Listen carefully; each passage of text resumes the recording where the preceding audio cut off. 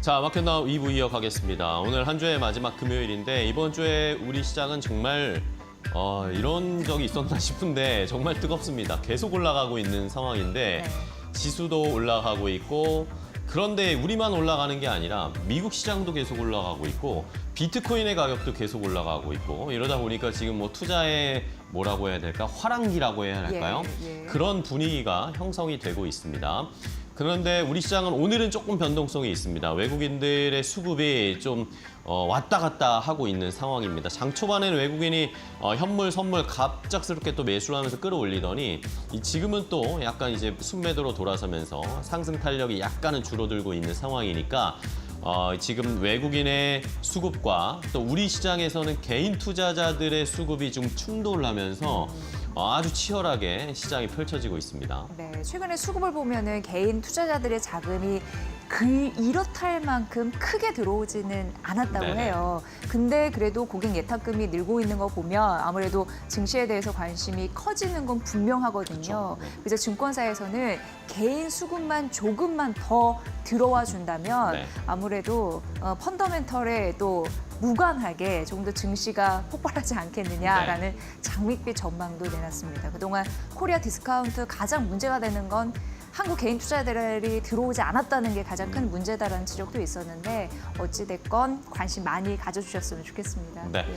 지금 뭐 아직 돈을 매수를 안 하셨다 뿐이지 관심 있는 분들 너무 있죠. 많습니다. 네. 예, 제 주변에도 지금 뭐 사야 되냐, 언제 사야 되냐 이야기 많은 상황이기 때문에 한번 기대를 해보겠고요. 네. 자, 오늘 일단은 코스피가 3,200선을 장중에 돌파를 했고 코스닥도 다시 800선을 회복했다가 변동성은 조금 있습니다. 자, 그럼 시장의 분위기 지금 개장하고 1시간 정도가 지났는데 어떻게 움직이고 있는지 오늘부터는 김윤주 캐스터와 함께 알아보도록 하겠습니다. 함께 확인해 보시죠.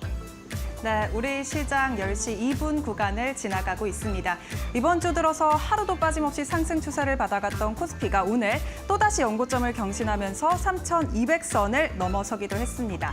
코스닥도 800선을 넘어섰는데 다만 코스피와 코스닥의 수급 상황은 살짝 갈리면서 코스피가 조금은 빠지는 모습을 현재 보여주고 있습니다. 그렇다면 트레이딩 뷰를 통해서 종목별 또 업종별 흐름 함께 체크해보고 가겠습니다. 오늘 전반적으로 반도체주의 흐름이 좋습니다. 특히 SK하이닉스보다는 삼성전자의 오름폭이 눈에 띕니다. 삼성전자가 1.97% 넘게 튀어오르고 있는 모습이고요. 어제 외국인의 순매수가 들어왔다라는 점, 그리고 오늘도 삼성전자 쪽으로는 외국인의 순매수세가 이어지고 있지만 SK하이닉스 쪽으로는 외국인이 팔자세 기조로 돌아섰다라는 점 함께 말씀을 드립니다. SK하이닉스가 장 초반에 30만 원 선을 넘어섰다가 현재 시간에는 조금 내려놨습니다. 0.59%가량 상승하고 있습니다. 오늘 전반적으로 방산 쪽도 빠집니다. 어제 살짝 조정을 받았다가 오늘 조금 낙폭을 확대하는 모습을 보이고 있는데 한화 에어로스페이스가 3.52%가량 빠지고 현대로템도 3% 넘게 낙폭을 키웠습니다. LIG 넥스원도 약보합권에서 거래되고 있고 하나시스템도 1.96%가량 하락 추세를 이어갑니다. 오늘 2차 전지주 단이 좋은데 다만 이 대형주보다는 조금 중소형 단으로 2차 전지주들 흐름이 좋습니다. 오늘 LG 에너지 솔루션 0.31%가량 하락하고 있습니다. 다만 어제 급등 마감을 했던 만큼 오늘의 하락 추세는 그다지 심하지는 않은 것 같습니다. 시세를 여전히 이어가고 있습니다. 오늘 조선주도 조금은 빠지는 모습을 이어가고 있습니다. 조선, 방산, 원전 주도주들 가운데 전반적으로 오늘 시세를 내고 있지는 못하고 있고요. HD 현대중공업도 1.12%가량 하락하고 있고 하나오션이 약보합권에서 거래되고 있습니다. 삼성중공업도 1.62%가량 하락합니다. 전반적으로 오늘 반도체 단이 강하고요. 또 어제 많이 올랐던 종목들 위주로 빠지는 흐름을 보이는 가운데 삼성 바이오로직스도 1.2%가량 하락을 하고 있습니다. 어제 5% 넘게 튀어 올랐던 대형주가 오늘은 조금은 하락 추세를 이어가고 있는 것으로 보이고 제약 바이오 단 어제 강했지만 오늘은 하락하는 추세를 이어갑니다. 셀트리온 1%가량 하락하고 있습니다. 오늘 현대차와 기아는 그래도 상승 추세를 받아갑니다. 현대차 0.72%가량 상승, 기아는 1.5%가량 현대차보다 기아가 조금 더 오름세를 키워갑니다. 네이버와 카카오는 오늘도 빠집니다. 특히 네이버의 낙폭이 조금 깊습니다. 2%가량 하락하고 있는 모습입니다. 그렇다면 오늘 코스닥 시장은 어떨까요? 코스닥 시장 흐름도 함께 잡고 가시죠. 오늘 코스닥 시장은 일단 가장 눈에 띄는 거는 엔터주입니다. 엔터주가 오늘 강한데요. SM이 1.57%가량 오르고 있고 JYP 엔터가 4% 넘게 강하게 오르고 있습니다. 다만 SM 쪽으로는 외국인의 순매수가 계속해서 이어지고 있지만 JYP는 오늘 외국인과 기관의 순매도 기조가 포착이 되는 가운데 개인의 매수세로 지수를 크게 4% 넘게 주가를 올리고 있다는 점도 함께 체크해드리고요. 디어유는 조금 빠집니다. 1%가량 하락하고 있고 개인주들 최근에 좋지 못한 흐름을 이어가고 있습니다. 카카오 게임즈 1%가량 하락하고 넥슨 게임즈도 0.49%가량 하락합니다. 펄어비스만 0.74% 강보합권에서 거래 중입니다. 제약 바이오단도 살펴보겠습니다. 오늘 제약 바이오단 안에서는 어제 올랐던 종목들은 조금 쉬어가고 어제 내렸던 종목들은 조금 올라가는 그러한 양상을 보이고 있는데 알테오젠이 어제 5% 넘게 오르면서 코스닥을 이끌었죠. 오늘은 2%가량 하락하고 있습니다. HLB가 2% 넘게 오르고 있고요. 파마리서치가 오늘 강보합권에서 거래 중입니다. 장 초반 크게 튀어 올랐다가 현재 시간 조금은 오름폭을 줄였습니다. 파마리서치 같은 경우에는 계속해서 증권사에서 실적 기대감 리포트가 나오고 있다는 점 함께 말씀을 드리겠습니다. 오늘 클래시스와 휴젤은 엇갈리는 흐름 다만 보합권 내에서 거래가 되고 있고요. 삼천당 제약 1.83%가량 하락, 페트론도 2% 넘게 빠지고 있습니다. 어제 13% 넘게 올랐던 리가켄 바이오사이언스는 오늘 소폭 4%가량 하락하는 모습 보여주고 있습니다. 오늘 2차 전지단도 좋습니다. 테슬라가 급등했기 때문이고 또 어제 연기금에서 2차 전지 쪽으로 수급이 많이 들어왔습니다. 에코프로 BM 2.66%가량 오르고 있고 에코프로도 2.54% 오르고 있습니다. 네, 그렇다면 현재 시간 지수는 어떻게 흘러가고 있을까요? 코스피, 코스닥 지수 상황 함께 살펴보시죠. 오늘 코스피가 0.08%가량 약보합권 음전이 됐습니다. 아무래도 외국인과 기관의 수급이 빠지고 있는 만큼 3,200선에서 내려오면서 계속해서 조금 낙폭을 키워가고 있는 상황이고요. 3,180선 지나가고 있습니다. 코스닥은 그래도 0.3%가량 상승하고 있습니다. 800선 넘어서 지지받고 있는 모습을 보여주고 있고요.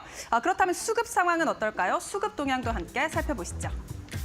오늘 코스피 수급 상황 일단 외국인과 기관의 매도세 계속해서 이어가고 있습니다. 외국인이 낙폭을 점점 더 키워가고 있습니다. 현재 시간 2천억 원가량 오전장에 조금 강하게 파는 모습이 나오고 있고요. 코스피 개인만 2천억 원 넘게 사들이는 모습 보이고 있습니다. 코스닥 매매 동향도 함께 살펴보시죠. 코스닥 같은 경우에는 외국인, 기관이 다시금 팔자스로 전환이 됐지만 그래도 소폭이라는 점 체크해드리고요. 외국인이 그래도 200억 원가량, 300억 원가량 순매수 기조가 유지가 되고 있습니다. 개인 같은 경우에는 300억 원가량 넘게 팔자세 가져갑니다. 네, 이렇게 오늘 시장 상황 함께 알아봤습니다. 그렇다면 투자자들이 어떤 업종과 종목에 관심을 가지고 있을까요? 싱크풀을 통해서 자세히 알아보시죠. 네. 자, 김윤주 캐스터 수고하셨고요. 시장의 분위기 조금 더 자세하게 확인해 보겠습니다. 오늘 시장을 움직이는 업종 이슈 싱크풀을 통해서 함께 확인해 보실 수 있는데 오늘은 어쨌든 상승 탄력은 시장이 계속 이어가고 있는 상황이고 여기에서 역시 정부 정책 관련된 업종이나 테마들이 빠르게 순환매를 돌고 있는 상황입니다. 그중에서도 오늘은 친환경 쪽에 집중되어 있는 모습을 이 싱크풀을 보시면 아시겠죠?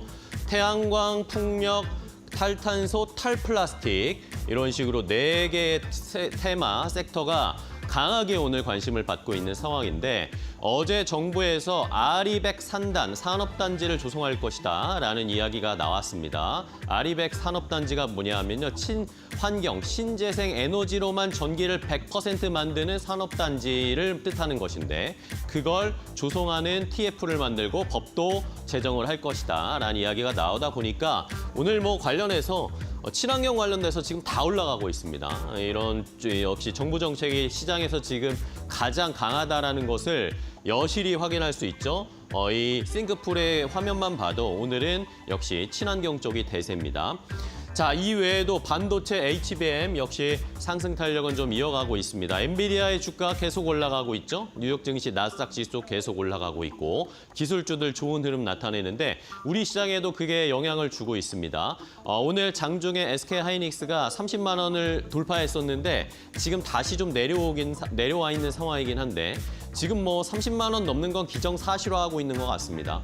이 외에도 오늘은 삼성전자도 조금 분전을 하면서 함께 상승 탄력을 나타내고 있는데 지수는 전반적으로 지금 뭐 보합권 수준까지 내려왔지만 이 반도체 HBM 쪽은 좋습니다. 자, 이 외에도 뭐 다른 업종들 뭐 좋은 흐름, 뭐 엔터주가 오늘 좀 좋은데 이번 주에 엔터주가 좀 조정을 많이 받았거든요. 계속 제가 이슈도 체크를 해드렸지만 하이브 쪽에서 이제 방시혁 의장에 대한 이 불확실성, CEO 리스크 이런 것들이 조금 부각이 됐지만 다른 엔터주들은 오늘 또 좋은 흐름을 나타내고 있습니다. JYP 엔터가 특히 그동안 다른 엔터주들이 갈 때 못 갔다라는 그런 평가 때문에 계속 좀 매수를 해도 좋다라는 그런 평가들이 있었는데 결국에는 오늘 JYP가 5% 가까이 상승세가 급등을 나오면서 다시 한번 저력을 보여줬습니다. 엔터주들 좋고요. 철강주들도 오늘 좀 좋은데 현대제철 많이 올라가고 있고 철강주들도 다시 한번 철강 관세 때문에 많이 눌려 있었고 힘들었지만 다시 한번 철강주들도 어쨌든 수급의 빈집이다라는 그런 평가들이 나오면서 수급이 들어오면서 함께 철강주들 올라가고 있고요. 자동차도 역시 뭐 큰 상승은 아니지만 현대차를 비롯해서 계속해서 주가를 하방을 지지해주고 있다는 거 제가 계속 말씀드리고 있죠. 현대차 20만 원 아래로 절대 안 떨어집니다. 관세 이야기 계속 나와도 현대차가 계속 20만 원대 지켜주고 있다는 거. 좋은 이야기만 하나만 나와라라고 다들 기다리고 계실 것 같습니다. 자, 이외에도 오늘은 방산조선은 좀 쉬어가고요. 지주회사, 그동안 좀 많이 올랐던 지주회사나 증권주들은 오늘 조금 조정을 받습니다. 이 상법 개정 조금 더 강력한 것들이 나올 거다라는 기대는 있지만 너무 많이 올랐으니까 단기간에 너무 많이 올랐으니까 요것은 조금 우리가 살펴보면서 투자를 대응을 해야 되겠죠.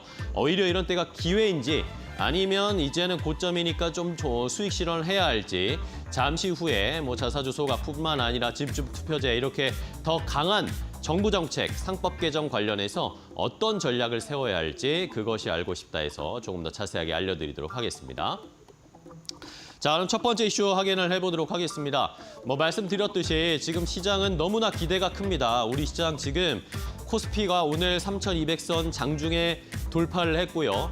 3,300, 3,400 뭐 이야기 계속 나옵니다. 진짜 4,000 가는 걸까요? 5,000 가는 걸까요?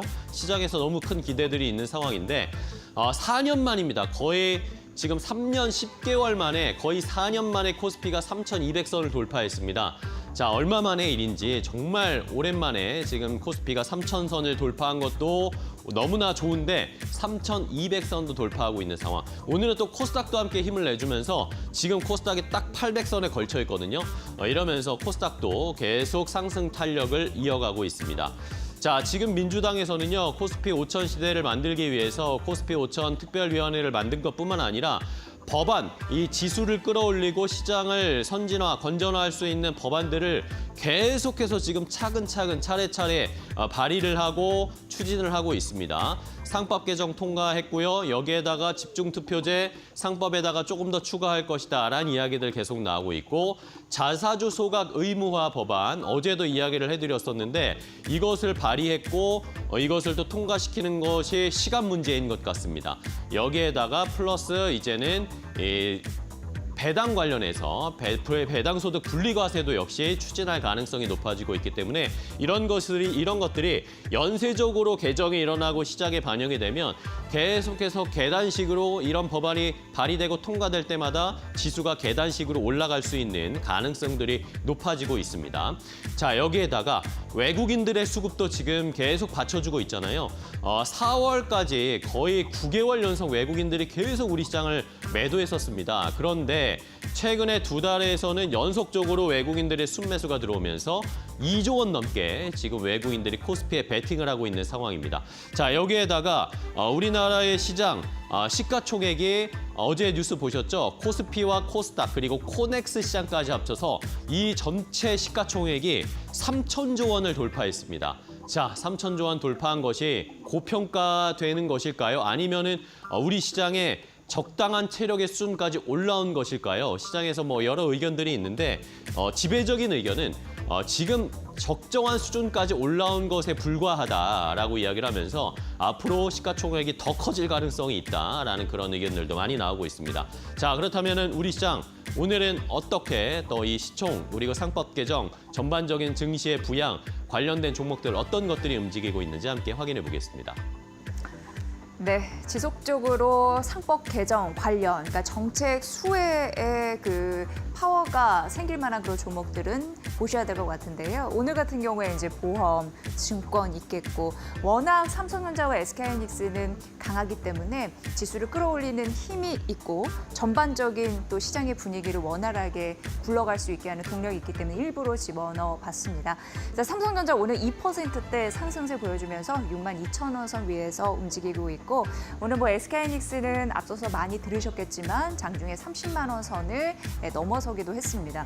SK하이닉스에 대해서 이제 HBM 같은 경우에 D램이니까요. 워낙 막강한 D램 파워를 갖고 있다라는 소식이 있고, SK하이닉스는 여러 증권사에서 목표 주가를 상향하는 흐름들이 나타나고 있고요. 보니까 신한투자증권 목표치가 가장 높더라고요. SK하이닉스 38만 원으로 올려잡는 흐름들이 나타났습니다. 오늘 여전히 30만 원 선 좀 위에서 마감이 될 수 있을지 일단 좀 지켜봐야 될 것 같고요. 보험주 같은 경우에는 하나손해보험, 하나그룹의 이제 금융계열사 하나생명이나 아니면 자회사 하나손해보험 같은 경우에는 작년에 분명히 이제 호실적 기록했거든요. 근데 배당을 하지 않았습니다. 앞으로 이러면 문제가 되겠죠. 주주들이 강하게 입김이 이제 작용할 테니까. 그래서 오늘 오르지 않나라는 생각이 들고요. 4.8% 상승하면서 7,400원 선 보여주고 있고요. DB손해보험 같은 경우에는 증권사에서 보험주 중에 하나증권이 탑픽, 그러니까 보험주 섹터 안에서 탑픽으로 좀 골랐습니다.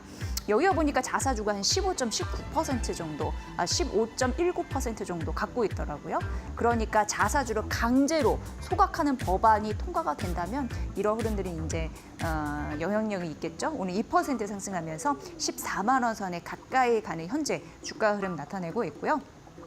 오늘 뭐 전반적으로 보면은 현대차증권, 유한타증권, NH투자증권 모두 52주 신고가를 기록한 상황에서 미래에셋증권도 한 0.68% 상승하고 있는데, 오늘 52주 신고가 미래에셋증권은 아니거든요. 근데 왜 갖고 왔냐면 현대차증권에서 목표 주가는 상향했습니다만 투자 의견은 또 내렸어요. 그 이유를 보니까 뭐 긍정적이긴 한데 여러 가지 기대감이 너무 많이 겹쳐 있지 않냐, 주가가 너무 위로 가지 않나, 뭐 이런 얘기를 했습니다. 참고 삼아서 일단 좀 알아두시면 될 것 같고요. 현재 22,300원 선 보여주고 있습니다.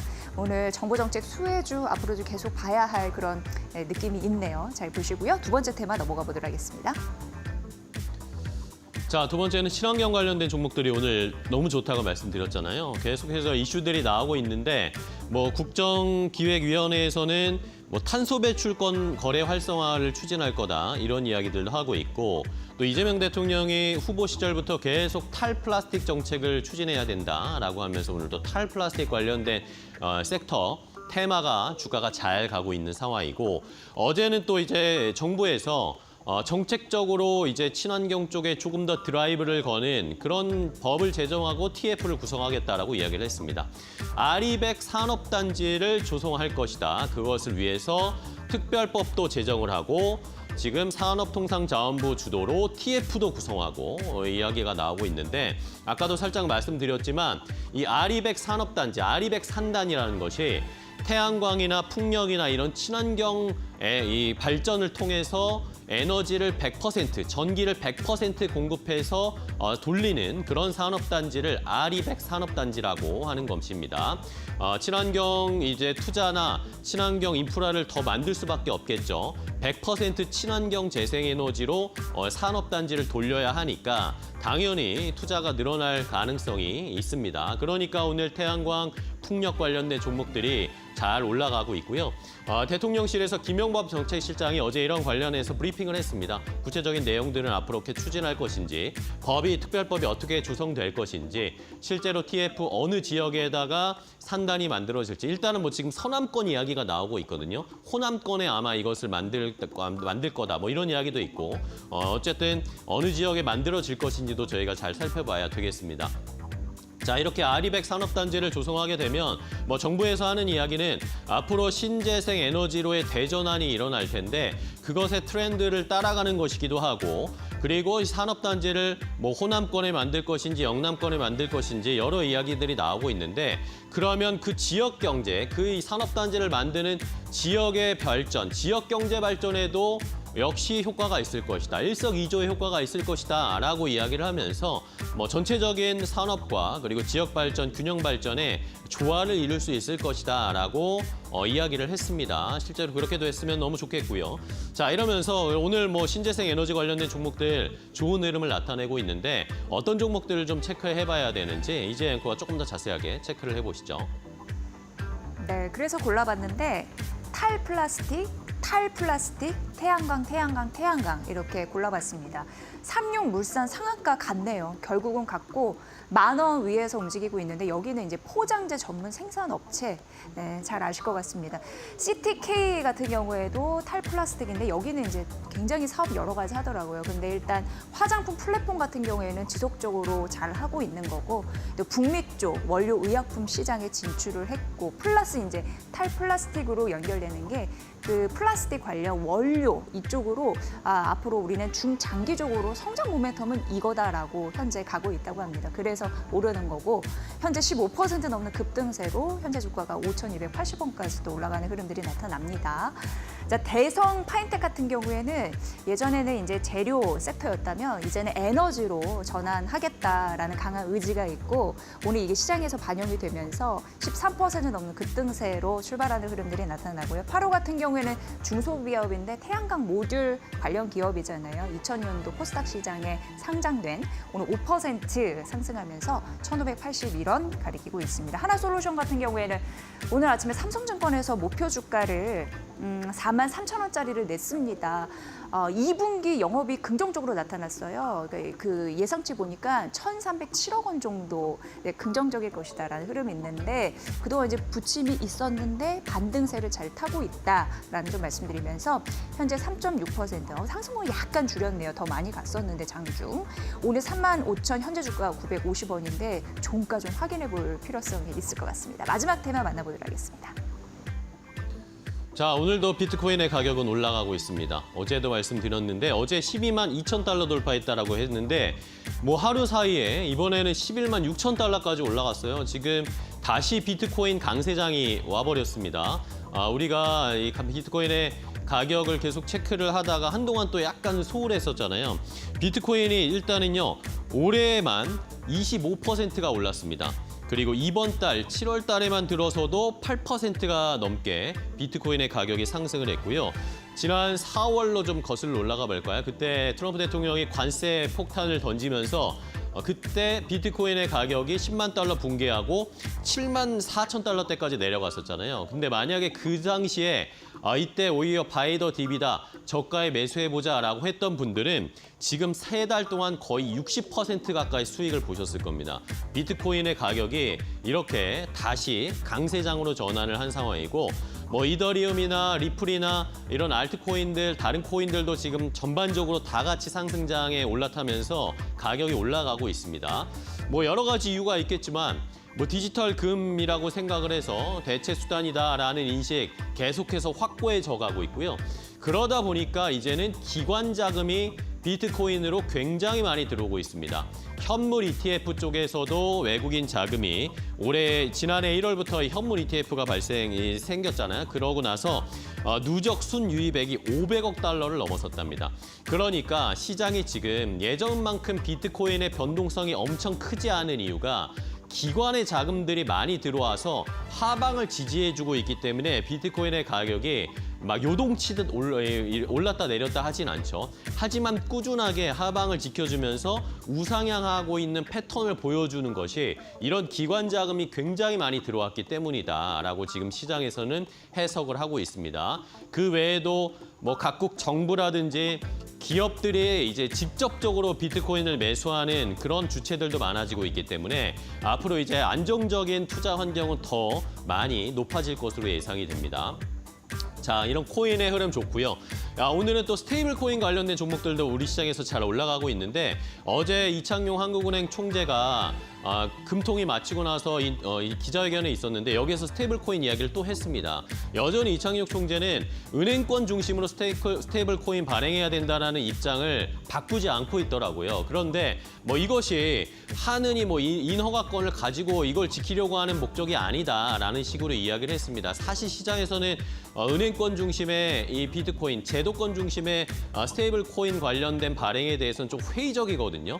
그러다 보니까 최근에 스테이블 코인 관련주들이 조금 조정을 받았는데 오히려 오늘은 삼성 SDS라든지 아니면 LG CNS 이렇게 시스템 갖춰주는 업체들이 기업들이 주가가 잘 가고 있습니다. 다시 한번 스테이블 코인 관련된 종목들에 관심이 쏠리고 있는 상황. 오늘 그렇다면 이런 암호화폐, 비트코인 그리고 스테이블 코인 관련된 종목 주가 어떻게 움직이고 있는지도 함께 확인해 보겠습니다.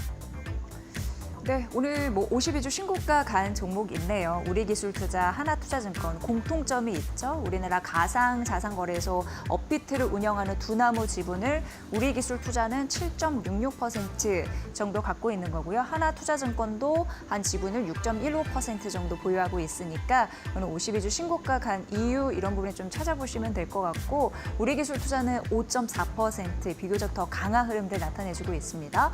그리고 스테이블 코인 관련주 중에 뱅크웨어 글로벌도 자주 언급이 되는데요.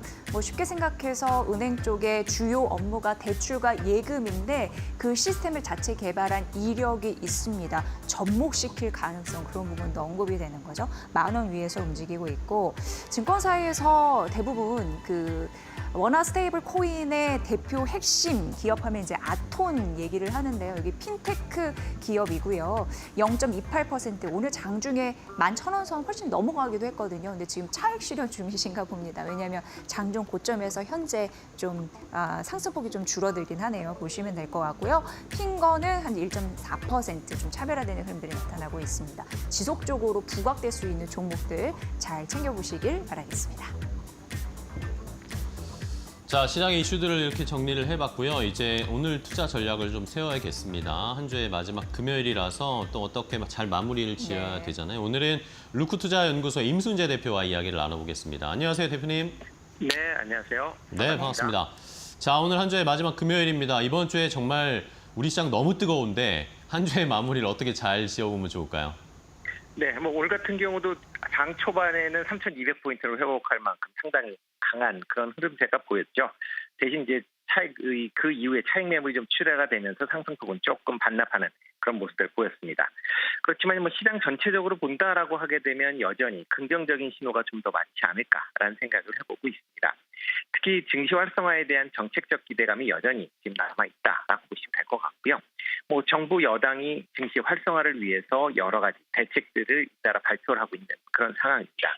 특히 뭐 상법 개정안이 1차로 끝났는데 2차 상법 개정안을 뭐 다시 추가로 추진한다라고 지금 얘기가 되고 있고요.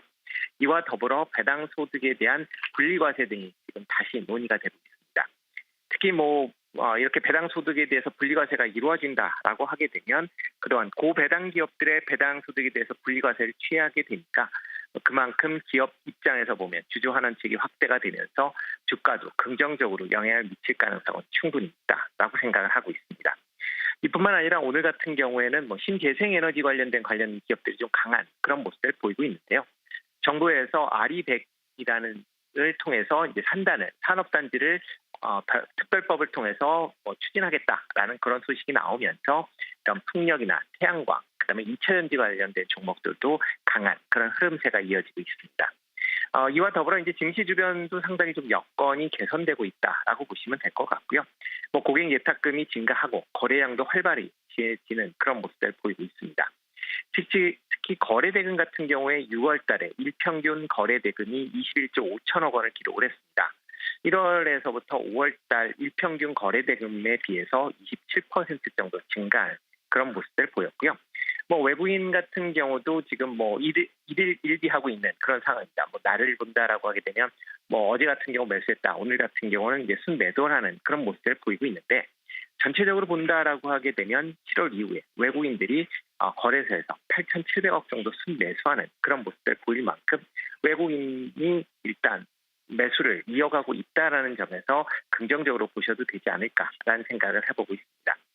다만 이제 증시 전체적으로 그동안 주가가 많이 올랐고 지수 관련된 종목들이 많이 올라가는 그런 모습을 보였습니다. 그래서 선행적으로 올라왔었던 조방원이라고 불리는 조선, 방산, 원전 관련된 종목들은 오늘 전체적으로 조금 조정을 받는 그런 모습을 좀 보이고 있지만 그동안 좀 소외를 받았었던 2차 전지나 그다음에 신재생에너지 관련 쪽으로는 다시 매기가 들어오는 그런 순환매 장세가 좀 더 이어질 걸로 예상이 되고 있고요. 특히 관세에 대한 우려가 많이 크게 약화가 돼 있습니다. 그런 부분도 투자 심리에는 상당히 긍정적으로 영향을 미칠 걸로 예상이 되고 있고요. 이와 더불어 이제 기업 2분기 기업 실적들이 계속 발표가 될 걸로 지금 예상이 되고 있는데요. 지금 2분기 수출 데이터를 본다라고 하게 되면 상당히 좋게 나왔기 때문에 특히 수출 관련 기업들의 실적이 2분기에 좋게 나타나지 않을까라는 기대감이 있다라고 보시면 될 것 같고요. 그런 관점에서 실적이 개선되는 그런 섹터 중심으로는 여전히 좀 관심을 갖고 보시는 게 어떨까 싶습니다. 네, 요즘 우리 한국 시장은 글로벌 주요 주식 시장 대비 시장 수익률이 참 좋잖아요. 계속적으로 그 기대감이 좀 작용됐으면 좋겠는데 순환매 장세 속, 또 실적 시즌 속 어떤 종목을 좀 바라보면 좋을까요? 네, 최근 들어 이제 주가가 좀 많이 오르긴 했지만 그래도 증권, 금융 쪽으로는 여전히 좀 보시면 어떨까라는 생각을 해보고 있습니다. 특히 이제 금융권 전반적으로 상법 개정안, 그다음에 배당 소득에 대한 분리과세가 진행이 된다라고 하게 되면 그만큼 주주 환원 정책을 확대할 가능성 상당히 높아 보인다라고 보여지고요. 그 중에서 탑픽으로 좀 보실 만한 종목은 미래에셋 증권 아닌가 싶습니다. 국내 증시가 최근에 활성화를 보이면서 거래 대금이 많이 증가하는 그런 모습을 보이고 있습니다. 특히 거래 대금이 증가한다라고 하게 되면 증권사의 실적도 상당 부분 개선될 수 있다라고 보시면 될 것 같고요. 특히 국내 거래를 본다라고 하게 되면 대형 증권사로의 거래 쏠림 현상들이 좀 있기 때문에 그런 관점에서 보면 대형 증권사들은 여전히 좀 관심 있게 보시면 좋을 것 같습니다. 특히 지난 이제 2021년도에 증권사들이 고점을 찍은 이후에 하락을 보였습니다. 그때 당시에 거래 대금 기준으로 본다라고 하게 되면 30조 내외의 거래 대금을 보였기 때문에 지금 21조 정도의 거래 대금, 추가적인 거래 대금 상승 여력은 충분히 있다라고 보여지고요. 그렇다라고 하게 되면 증권사들의 이런 실적 개선세는 한동안 이어질 가능성은 있어 보입니다. 특히 이제 미래에셋증권 같은 경우는 주주 환원책 강화에 대한 기대감이 남아 있다라고 보시면 되는데요. 특히 자사주 비중이 23% 가까이 될 만큼 자사주가 많이 갖고 있습니다. 그렇기 때문에 만약 상법이 추가적으로 개정이 되면서 자사주 의무 소각이 시행이 된다라고 하게 되면 상당 부분의 주식을 매각을 해야 되는, 소각을 해야 되는 그런 대상이다라고 보여지고요. 이와 더불어 작년 배당 성향이 39.8%를 기록을 하고 있습니다. 그렇다라고 하게 되면 향후에 배당 소득에 대한 분리과세 대상 기업으로 선정될 가능성이 상당히 높기 때문에 주주 환원 측면에서 봐도 상당히 긍정적으로 볼 수 있지 않을까라는 생각을 해보고 있습니다. 가격 전략을 본다라고 하게 되면 최근에 주가가 많이 올랐기 때문에 그거에 따른 부담감은 어느 정도 감안을 해야 된다라고 보여집니다. 그렇지만 최근 들어 잠깐 조정을 받았기 때문에 그런 걸 감안한다라고 하게 되면 추가 상승 가능성은 충분히 높다라고 생각을 하고 있고요.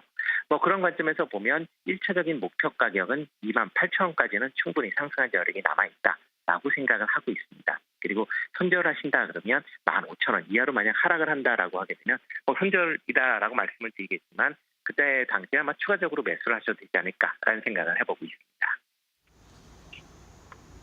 네, 알겠습니다. 미래에셋증권 저희도 잘 전략 세워보도록 하겠습니다. 좋은 말씀 감사하고요. 다음 시간에 또 뵐게요. 고맙습니다. 네, 고맙습니다. 네, 잘 들었습니다.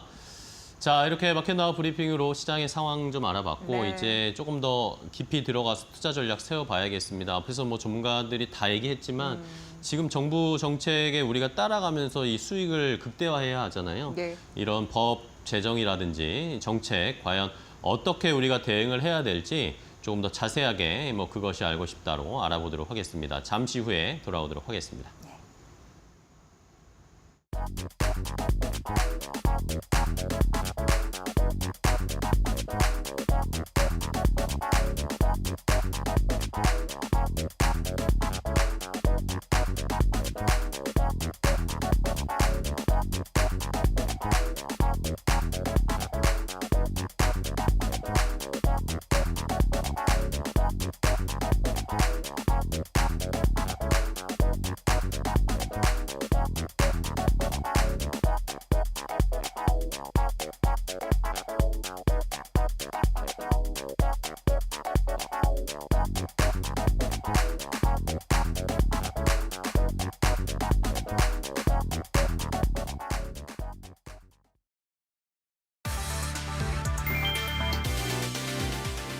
내년 최저임금이 올해보다 290원 오른 시간당 1만 320원으로 10일 결정됐다. 최저임금위원회는 노사공익위원 27명 중 23명이 참여한 가운데 17년 만에 합의로 최저임금을 의결했다. 주 40시간 근로기준 월 환산액은 215만 6,880원이며 오는 8월 5일 고용노동부 고시를 거쳐 내년 1월 1일부터 적용된다. 이번 합의는 이재명 정부 출범 이후 첫 사회적 대화 성과로 평가된다.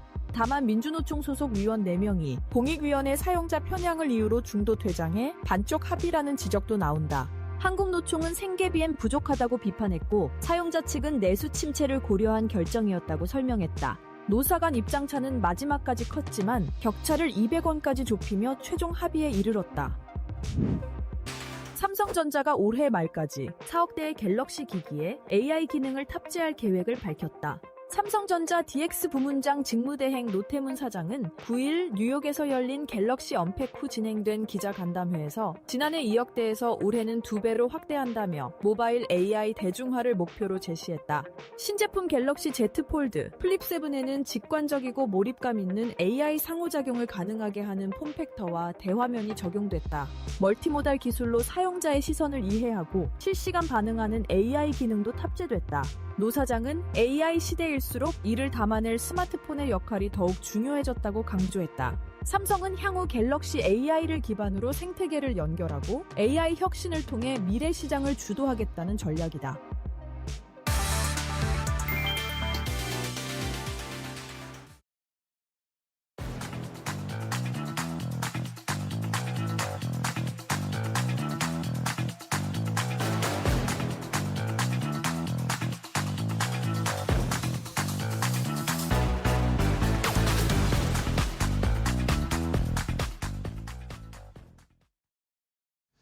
자, 마켓나우 2부와 함께하고 계십니다. 우리 시장은 여전히 3,196포인트 선, 3,200선 안착에 오늘 도전을 하고 있습니다. 코스닥이 오늘 좀 더 좋고 최근에 어쨌든 코스닥 쪽으로 외국인들이 매수를 좀 연속적으로 이어간다는 것도 여러분들이 놓치지 마셔야 할 것 같아요. 지금 803포인트까지 0.7% 상승세를 나타내고 있는 우리 시장이고 분위기는 좋습니다. 자, 중국 쪽의 출발 상황도 확인해 보면 중국 상해 종합지수, 홍콩 항생지수 어제 모두 다 0.4에서 5%대 상승 마감을 했는데 오늘 중국 상해 종합지수는 강보합권 수준으로 약하게 일단 출발을 했고요. 홍콩 항생지수도 역시 강보합권 소폭 상승하면서 시장이 출발을 했습니다. 일본 니케이 지수는 0.18% 정도 상승을 하고 있는 모습이어서 역시 이번 주에는 우리 시장이 가장 강합니다. 우리 시장 3,200선 돌파 다시 한번 시도를 하고 있습니다. 자, 그럼 이제 한 걸음 더 깊이 들어가서 시장의 분위기 또 투자 전략 알아보도록 하겠습니다. 오늘은 리더스 인덱스의 박주근 대표와 함께 하겠습니다. 안녕하세요, 대표님. 네, 안녕하세요. 네, 반갑습니다. 자, 대표님 요즘 시장 보시면 흐뭇하시죠? 너무 좋습니다. 네, 너무 좋습니다. 네. 자, 이게 아무래도 여러 가지 이유가 있겠지만 가장 큰 이유는 역시 정부에서 강력하게 지금 주식시장을 올리기 위한 또 주식시장을 활성화하기 위한 정책들을 막 쏟아내고 있는 상황이잖아요. 이러다 보니까 이제 앞으로 다음 타겟은 뭘까? 다음 차례는 뭘까? 시장에서 투자자분들이 가장 궁금해합니다. 일단은 상법 개정안 지난주에 통과가 됐고 지금 또 나오는 이야기는 자사주 의무 소각 이야기도 나오고 있고 다음 이런 것들이 계속 증시를 올려줄 수 있는 모멘텀이 될 거라고 보십니까? 한 가지가 더 변수가 있죠. 한 가지요? 네. 이제 변수? 일본을 한번 우리 예를 들어 봅시다. 예. 외국인들이 왜 들어오는지. 일본이 밸류업 프로그램을 시작할 때 일본 증시가 거의 수급의 4배 정도 증가했어요. 네. 들어왔어요. 사실은 같은 모습을 보고 지난해 초에 우리가 지난해에 윤 정부에서 밸류업 프로그램을 시작할 때 그렇죠. 한국도 비슷하지 않을까라고 해서 들어왔다가 실망 매물로 다 빠져나갔습니다. 그렇죠. 네. 근데 빠져나간 것 중에 30%가 안 들어왔어요. 근데 그러면 이렇게 보셔야 돼요. 전체 수급에서 아직 외국인은 30%가 안 들어온 상태예요. 네, 그렇죠. 여기 이제 플러스 뭐가 있느냐? 부동산. 네네. 지난주 일주일 전이네요. 2주 전이네요, 그죠?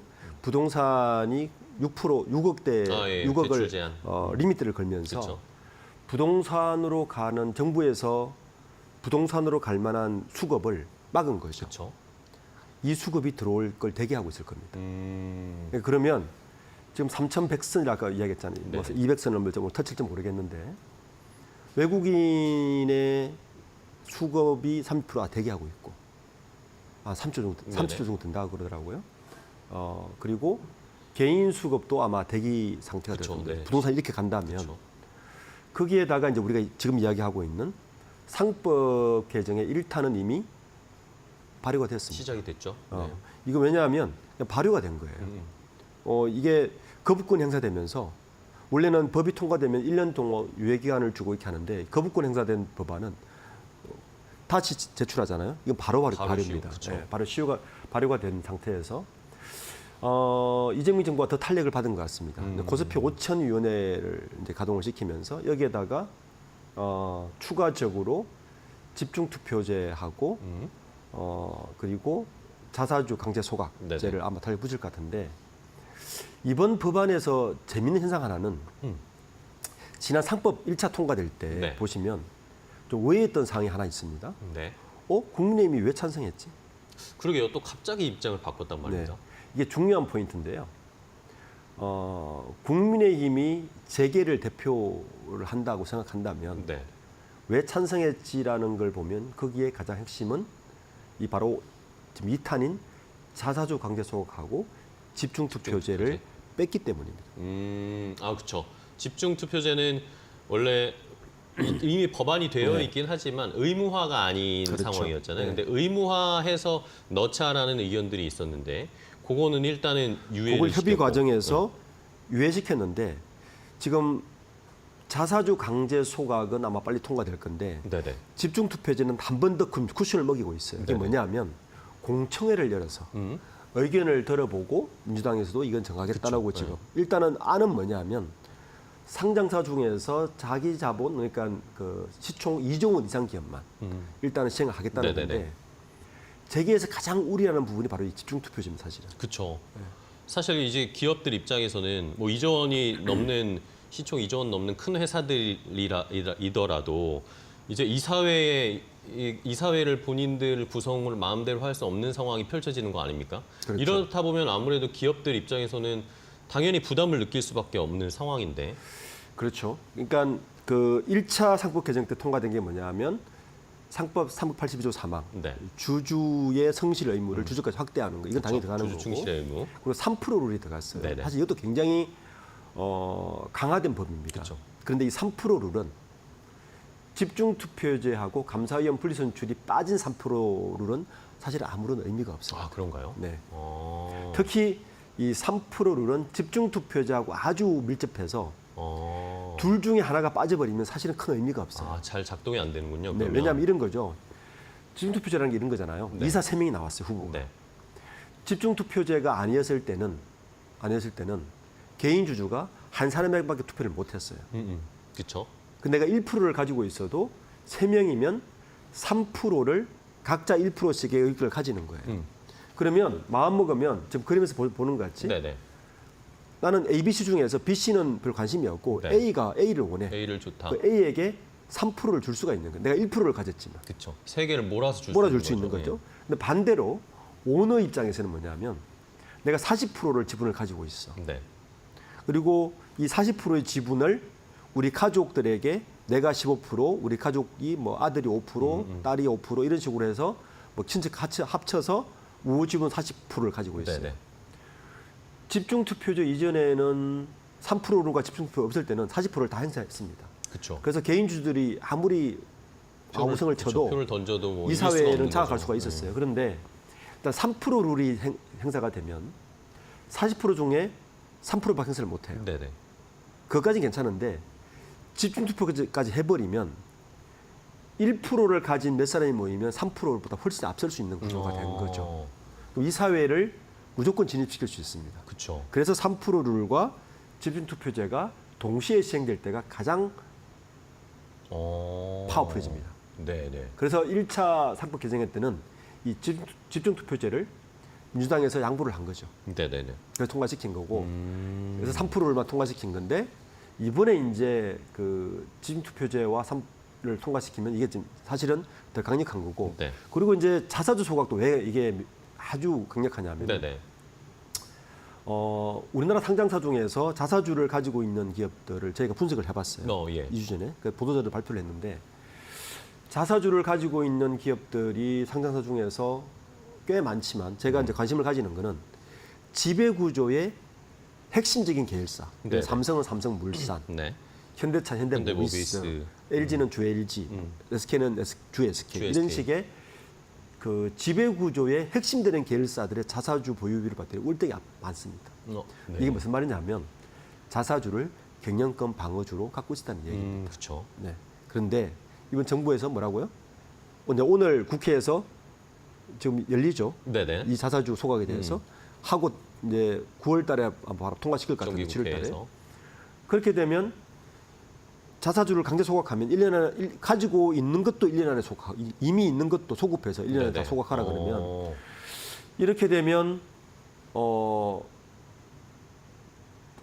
일가들이나 지배주주들은 경영권 방어를 할 수 있는 부분이 사라집니다. 그렇죠. 지금은 유일하게 경영권 방어를 할 수 있는 게 자사주밖에 없거든요. 네.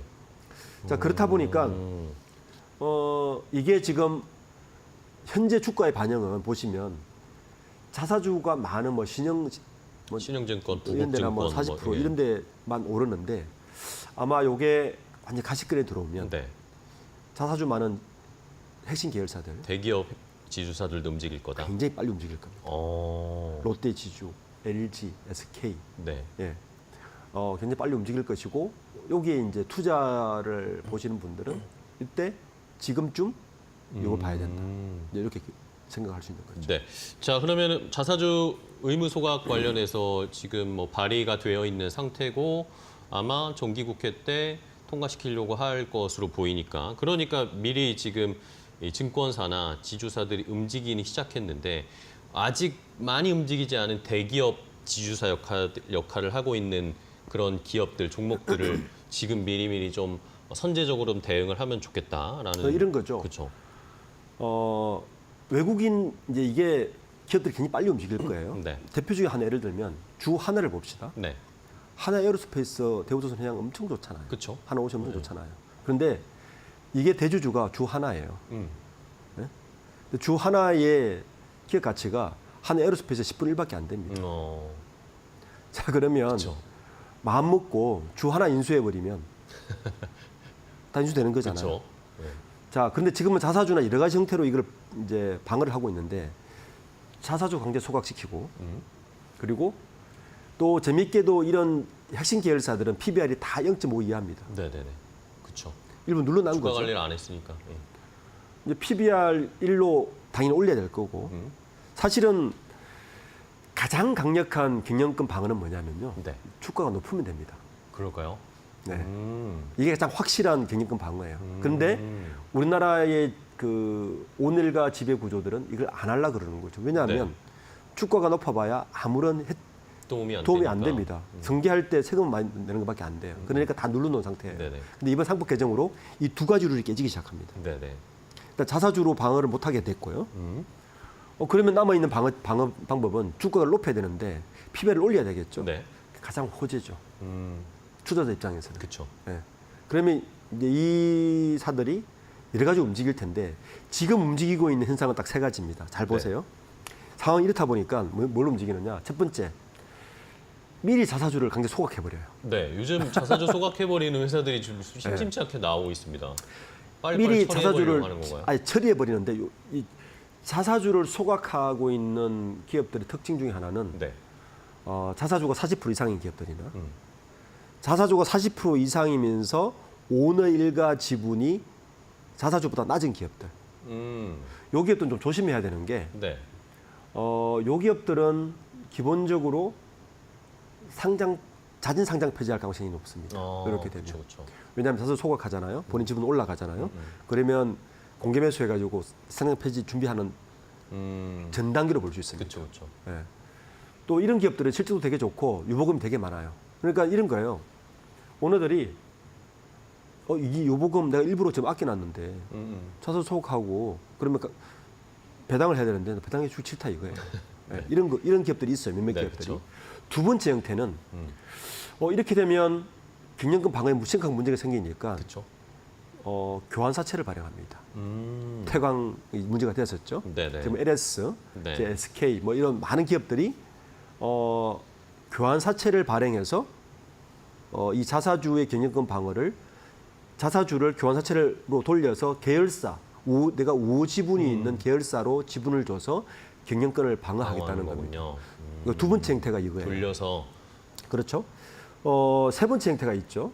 세 번째 형태가 뭐냐면 아까 이야기한 대로 자진 상장 폐지입니다. 네네. 그러니까 첫 번째하고 연결되어 있는 건데 지금 자사주 강제 소각으로 인해서 이 세 가지 유형으로 지금 상장세들이 움직이고 있다. 그런데 투자자 입장에서는 뭘 봐야 되느냐?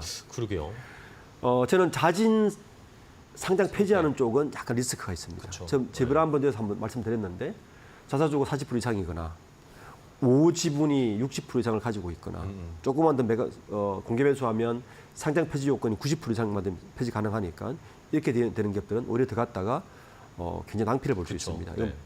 좀 유분시키고 교환사채 발행을 하려고 하거나 자사주가 많은 기업들은 여전히 투자적인 매력은 있습니다. 네. 예. 왜냐하면 지금 제가 설명드렸듯이 이런 시장이 이렇게 가면 생각보다 빨리 움직일 겁니다. 자사주 빨리 소각시켜야 되고요. 네네. 그러면 이 균형권을 방어하려고 여러 형태로 움직일 건데 가장 제가 좋은 방법이 뭐라 그랬죠? 주가가 높으면 돼요. 그렇죠. 네. 경영권 방어의 최선의 선택은 내 주식 가치가 높으면 됩니다. 우리가 고려아연 경영권 분쟁 이야기를 했잖아요. 네네네. 가장 확실한 방법은 주가가 높으면 사업펀드가 못 덤빕니다. 그렇죠. 돈이 더 많이 필요하니까. 2조 정도면 할 줄 알았는데 한 20조가 필요해. 그쵸. 못 들어옵니다. 네, 못 들어오죠. 그래서 아. 가장 강력한 경영권 방어는 주가가 높으면 돼요. 주가를 올린다. 그러니까 PBR이 0.5였던 기업은 1이나 2로 높이면 돼요. 근데 아마 그러면서 이 상법 개정과 함께 지금 재계 일각에서 얘기해 주는 게 뭐냐면 그러면 자사주까지 강제 소각하면 우리 경영권 방어책이 없습니다. 네. 그래서 경영권 방어할 수 있는 미국의 포이즌필이나 황금주나 이런 것도 좀 같이 거론해야 되는 거 아닙니까라는 겁니다. 저도 그 이전에는 네. 이 상법 개정 전에는 한국 시장에서 좀 재계에서 이야기하는 경영권 방어를 위한 포이즌필이나 황금주에 대해서 계속 요구를 하면 아직 시기상조라고 저는 얘기를 했습니다. 네. 왜냐하면 현재는 시장 자체가 개인주주들을 보호할 장치가 전혀 없는 상태에서 그쵸. 이것까지 줘버리면 그렇죠. 그러면 너무 이제 이거는 과도한 거죠. 기울어진 네. 운동장이거든요. 근데 이번에 상법 개정되고 자사주 강제 소각되고 이런 제도가 들어오게 되면 이쪽도 고민할 때가 됐다. 그렇죠. 왜냐하면 이게 있어야 스타트업 창업자들이 베네핏이 있거든. 그렇죠. 그렇죠. 그래서 이제 이런 게 많이 논의가 될 거예요. 자, 어찌 됐든 투자자 입장에서는 이게 논의가 되건 이게 지적되건 오를 수밖에 없습니다. 그렇습니다. 그래서 기회가 왔다. 아마 3,500선을 한번 터치하기 시작하면 한 번 더 파도가 칠 거고요. 4,000선을 치면 또 한 번 칠 겁니다. 광풍이. 이럴 때 그러면 가장 매력적인 게 뭐냐? 일단 저는 이거라 봅니다.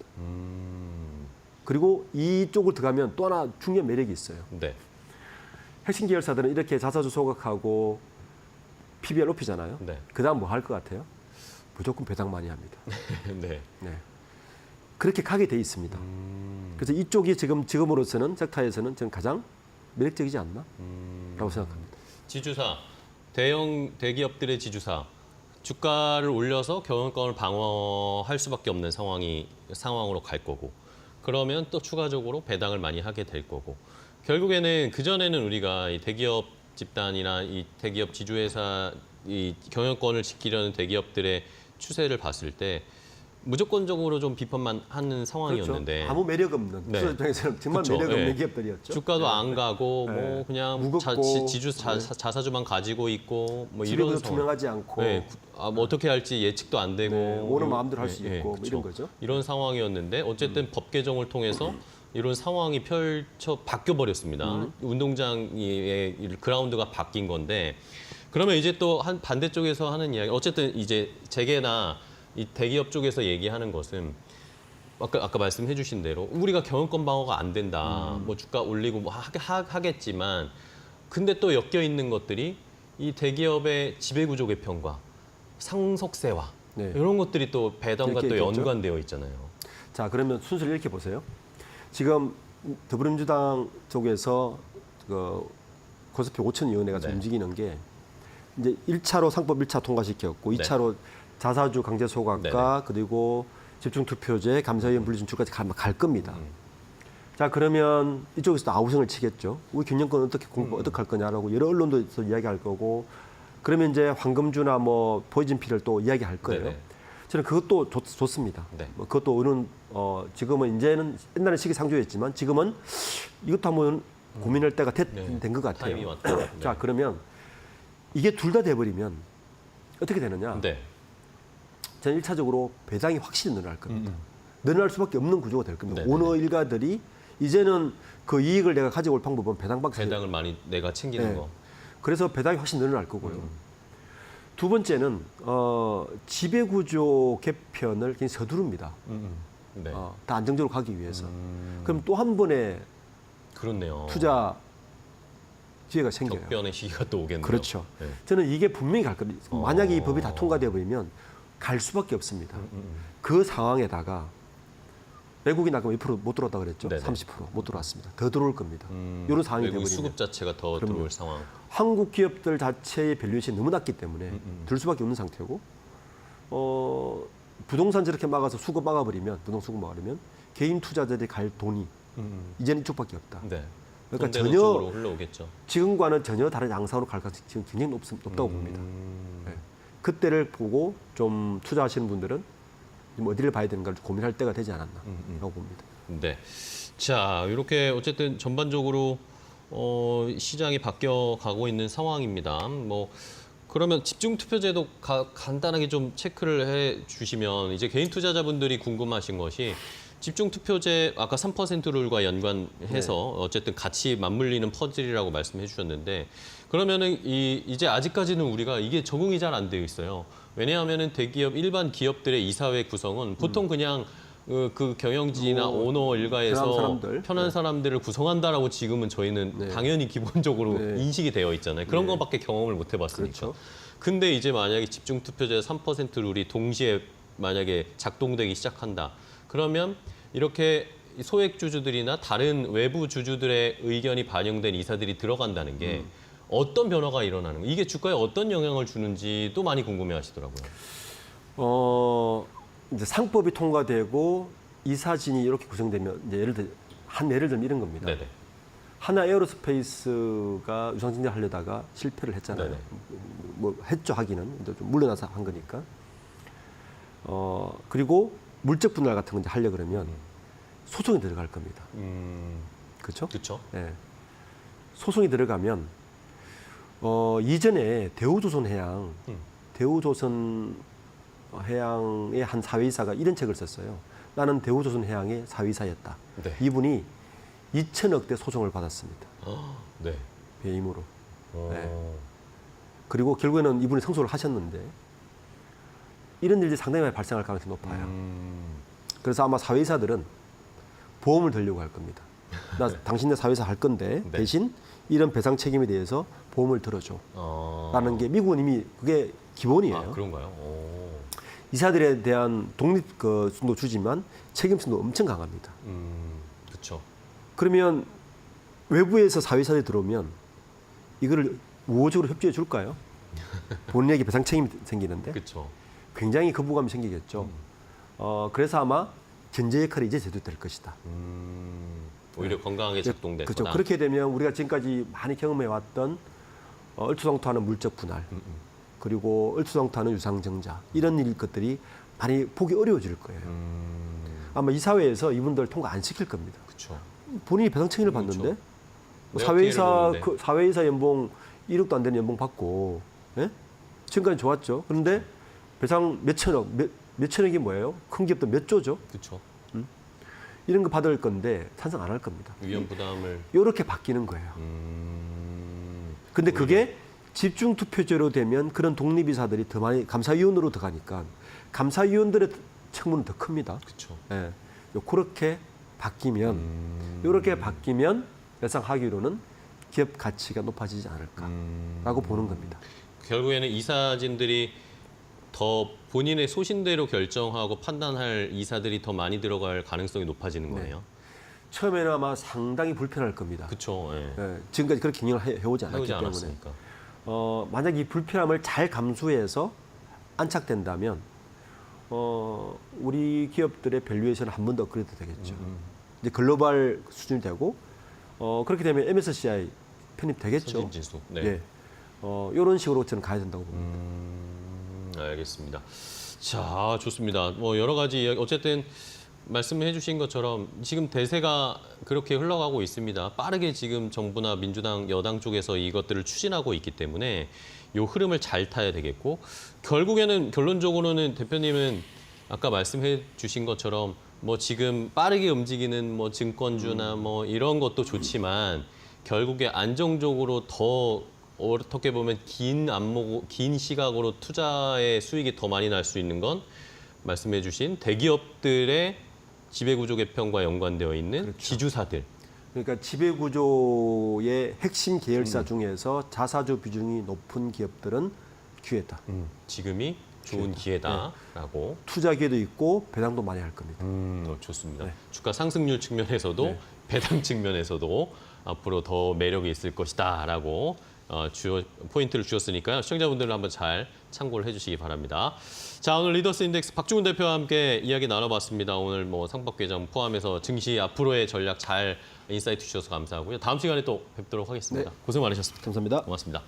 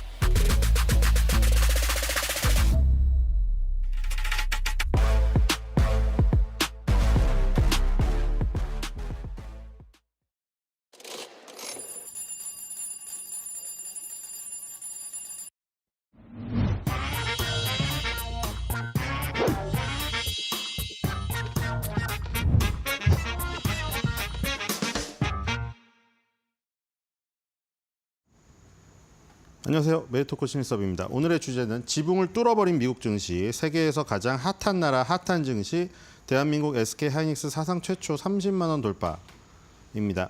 트럼프가 지붕을 뚫어버린이라는 표현을 썼습니다. 그대로 지붕을 뚫어버렸고요. 그다음에 사우디 왕세자가 초대했을 때 당신 나라는 가장 세상에서 핫하다. 이런 얘기를 계속 요즘에 인용하고 다니던데요.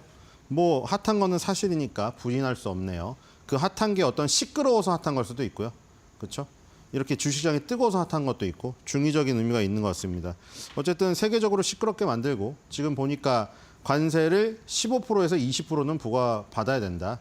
지금 그 상호관세 제일 낮은 게 10%씩 부과되어 있잖아요. 8월 1일까지 합의 안 하면 이제 그 라인이 올라가서 15%에서 20%를 최저 관세로 부과받아야 된다고 합니다. 그러니까 지금 편지를 이제 전 세계에 다 보낼 것 같아요. 그러니까 이제 엄청나게 시끄럽죠. 근데 그 시끄러운 것이 4월 달에는 주식의 급락으로 나타났는데 지금은 주식시장이 급등을 하고 있습니다. 자, 우리나라도 오늘 아주 좋은 모습이고요. SK하이닉스가 사상 최초 30만 원 돌파하기도 했습니다. 우리나라도 못지 않는다가 아니라 우리나라가 이번 연도에는 미국 증시 능가하고 있습니다. 그렇죠?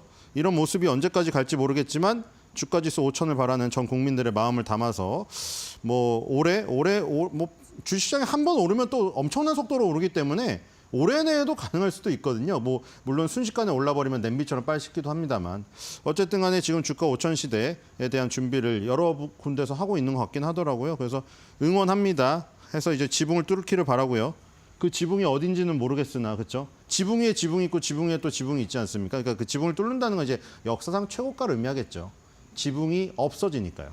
자, 일단 다우 30에서 아메리칸 익스프레스 카드가 2.49% 올랐고요. 맥도날드가 1.83. 여기는 지금 뭐 두각을 나타내는 어떤 종목들이 별로 보이지가 않네요. 그렇죠? 자, 나스닥을 가겠습니다. 참고로 다우는 이제 조금만 더 오르면 역사상 신고가예요. 다우도. 자, 나스닥은 2630 기록했습니다. 자, 나스닥 100 보겠습니다. 테슬라 4.73. 테슬라 다행이네요. 그동안 굉장히 논란이 많았는데 일단 올랐고요. 앨런 머스크는 그 좀 자기 편은 좀 챙겨가면서 해야 될 것 같아요. 그렇죠? 댄 아이브스 우리 은주 앵커님이 해석해서 여러분들도 좋은 정보 얻으셨잖아요. 주간인가 월간 댄 아이브스 있었잖아요. 웨드부시. 근데 거기서도 그랬고 그 전부터도 사실 그 항상 테슬라를 위하고 앨런 머스크를 굉장히 좋게 얘기하는 트윗을 엄청나게 날리셨던 분이에요. 근데 갑자기 셔럽 댄 이렇게 그걸 당해버리니까 좀 기분이 나쁠 만도 할 것 같거든요. 그래서 그런 그동안에 그 트윗을 모를 리가 없을 텐데, 그렇죠? 어떤 자신의 조언을 잘 되라고 조언한 거잖아요. 테슬라가 잘 됐으면 좋겠으면 하는 바람으로 조언을 한 건데, 거기다 대고 이제 그 어떻게 보면 욕설 같은 걸 해버리니까 좀 댄 아이브스도 뭐 마음이 뭐 흔들리진 않을 것 같긴 한데, 그렇죠? 워낙에 그동안 강세로는 이어왔으니까 뭐 그거 말 한마디로 테슬라를 전체적으로 팔아버리고 이런 일은 안 하겠죠. 근데 어쨌든 인간적으로 조금 뭐 배신감을 느낄만하다 그런 생각이 들고요. 어쨌든 테슬라 뭐 웨드부시의 댄 아이브스도 그렇고 캐시우드도 그렇고 굉장히 높은 목표가를 산정하고 있기 때문에. 그렇죠. 댄 아이브스는 $500고 캐시우드는 5년 내 $2,700입니다. 그러니까 그렇게 따지면 테슬라가 앞으로 갈 길이 엄청 멀기 때문에 이제 거기서 이제 조금 더 힘을 얻으려면 앨런 머스크만 조금 중심을 잡아줬으면 좋겠습니다. 자, AMD는 4.15 올랐고요. AMD도 이제 뭐 엔비디아를 조금 따라가는 모습이죠. 엔비디아에 조금 정말 이게 사실은 세상에 태양이 하나밖에 없는 이유가 저기서 좀 드러나는 게 AMD 좀 아쉽죠. 옛날에 인텔의 CPU에 그렇게 눌려 있었는데 지금 좀 빛을 보려고 하니까 또 거기에는 GPU의 거성인 엔비디아가 있는 거예요. 그렇죠? 근데 뭐 AMD도 요즘에 열심히 하고 있잖아요. 리사수 언니가 그 샘 알트먼 뭐 마이크로소프트와 함께 어떤 다른 권토 중리를 또 노리고 있죠. 엔비디아 슈퍼칩에 대응하여 그거를 꺾어보려는 이런 것을 마이크로소프트의 자체 칩, 그다음에 AMD 칩 이런 것들을 노리고 있거든요. 그래서 AMD에게도 이번에 기회가 있지 않나 이런 생각이 들고요. 온세미컨덕터스, 시놉시스 이런 식으로 나가고 있습니다. S&P 500입니다. 0.27 올랐고요. 자, S&P 500하고 나스닥은 이미 신고가 갔죠. 그래서 트럼프가 트윗마다 다 올리고 있습니다. 나스닥, S&P 500은 이미 역사상 신고가를 갔다. 자, 그리고 엔비디아의 그 비중이 무려 7.10이 됐네요. 500개 중에 한 종목이 7%를 넘는 기염을 토하고 있죠. 마이크로소프트, 애플까지 다 합치면은 대략적으로 저 세 종목이 거의 20%를 차지하고 있거든요. 어마어마하네요. 500 종목 중에 5분의 1이 저 세 종목에 지금 비중이 쏠려 있습니다. 뭐 그만큼 잘 나간다는 뜻이기도 하겠죠. 그래서 저 종목들이 미국 시장을 이끌고 세계의 어떤 경기를 이끌고 있는 어떤 주역들이다. 뭐 훗날에도 이 역사가 계속 기록될 겁니다. 훗날에 뭐 또 모르죠. 10년, 20년 뒤에 이제 주식시장을 딱 보시는 분들은 어떤 주인공이 될지 모르겠지만 저도 10년 뒤에 또 보면 모르겠는데 지금 현재는 정말 저 세 종목이 군계 일학입니다. 10년 뒤에도 우리 한번 기억해놨다가 보도록 하죠. 10년 뒤 여름에는 과연 요 엔비디아, 마이크로소프트, 애플이 어떻게 순위를 차지하고 있을지 궁금합니다. 진짜. 그때까지 순위를 저 정도 차지하고 있다면은 10년 장기 투자하신 분들은 10년 뒤에 이 방송을 기억하시면서 더 웃으실 거예요. 그때 저 세계의 질주를 믿으면서 더 간 나의 선택이 맞았구나 하고 뭐 주식 투자는 자신의 선택에 따라서 좌지우지되는 것이니까요. 10년을 내다보고 한번 베팅해 보시기 바랍니다. 정답은 모르죠, 아무도. 자, 필라델피아 반도체 지수입니다. 필라델피아 반도체 지수도 좀만 더 오르면 신고가입니다. 대단한 흐름이죠. 필라델피아 반도체 지수 테라다인이 6.2으로 올랐고요. AMD가 이제 나스닥에도 있고 필반에도 있습니다. 온세미컨덕터도 똑같이 있네요. 나스닥 필반. 테라다인이 없죠. 나스닥에. 테라다인이 여기서 지금 필라델피아 반도체 지수에서 1등이고요. 자, 특징주로 테라다인을 보겠습니다. 테라다인은 이제 덴마크의 유니버셜 로봇을 인수해서 로봇 주기도 하고요. 우리나라 레인보우 로보틱스, 두산 로보틱스랑 덴마크 유니버셜 로봇이 협동 로봇 시장에서 경쟁하고 있죠. 테라다인이 로봇 회사를 인수하긴 했지만 테라다인의 어떤 주력은 반도체 장비입니다. 그래서 저번에 그 중국 매출 비중에 대한 게 CNBC에서 발표가 된 게 있거든요. 라스베이거스 샌즈가 중국 매출 비중이 63%예요. 물론 이거는 지금 카지노 업체이기 때문에 그럴 수도 있고요. 지금 엔비디아가 중국 비중이 17%, 중화권 비중이 39%로 나옵니다. 그래서 젠슨왕이 이거 포기 못해서 그 중국 커스텀 칩 갖고 지금 방중한다며요. 트럼프는 싫어하겠지만 엔비디아 입장에선 장사를 해야 되니까요. 그래서 엔비디아가 비중이 높고요. 브로드컴도 마찬가지예요. 중국 비중이 32%고요. 이 앱티브가 중국 비중이 28%입니다. 그다음에 테라다인이 중국 비중이 12%, 중화권 비중이 26%입니다. 테라다인도 중국 및 중화권 비중 노출도가 높아요. 그렇기 때문에 지금 엔비디아, 브로드컴이 잘 나가고 있잖아요. 중국하고 무역 협상이 이제 조금 확실히 종지부는 안 찍었는데 진행이 되고 있는 상황에서 처음에 불렀던 관세 높은 거에 비해서는 조금 많이 후퇴가 되어 있는 상태잖아요. 그래서 한시름 놓은 것도 엔비디아, 브로드컴의 주가에 조금 도움이 되는 것 같습니다. 이제 후발주로 테라다인도 올라오고 있는데 테라다인은 아직도 20개월 선을 벗기지 못했어요. 110달러를 넘어서야 20개월 선을 돌파할 수 있어서 이번 연도 초반부터 여름 들어가기 초기까지 너무 빠졌습니다. 테라다인이. 그래서 지금 뒤늦게 올라가고 있어서 좀 속도는 느린데 지금 빨리 힘을 내야 되는 시기입니다. 자, 아시아 증시 보겠습니다. 오늘 니케이랑 대만 그냥 그저 그렇죠. 니케이 대만. 우리나라가 확실히 요즘에 강해요. 이번 연도 들어서.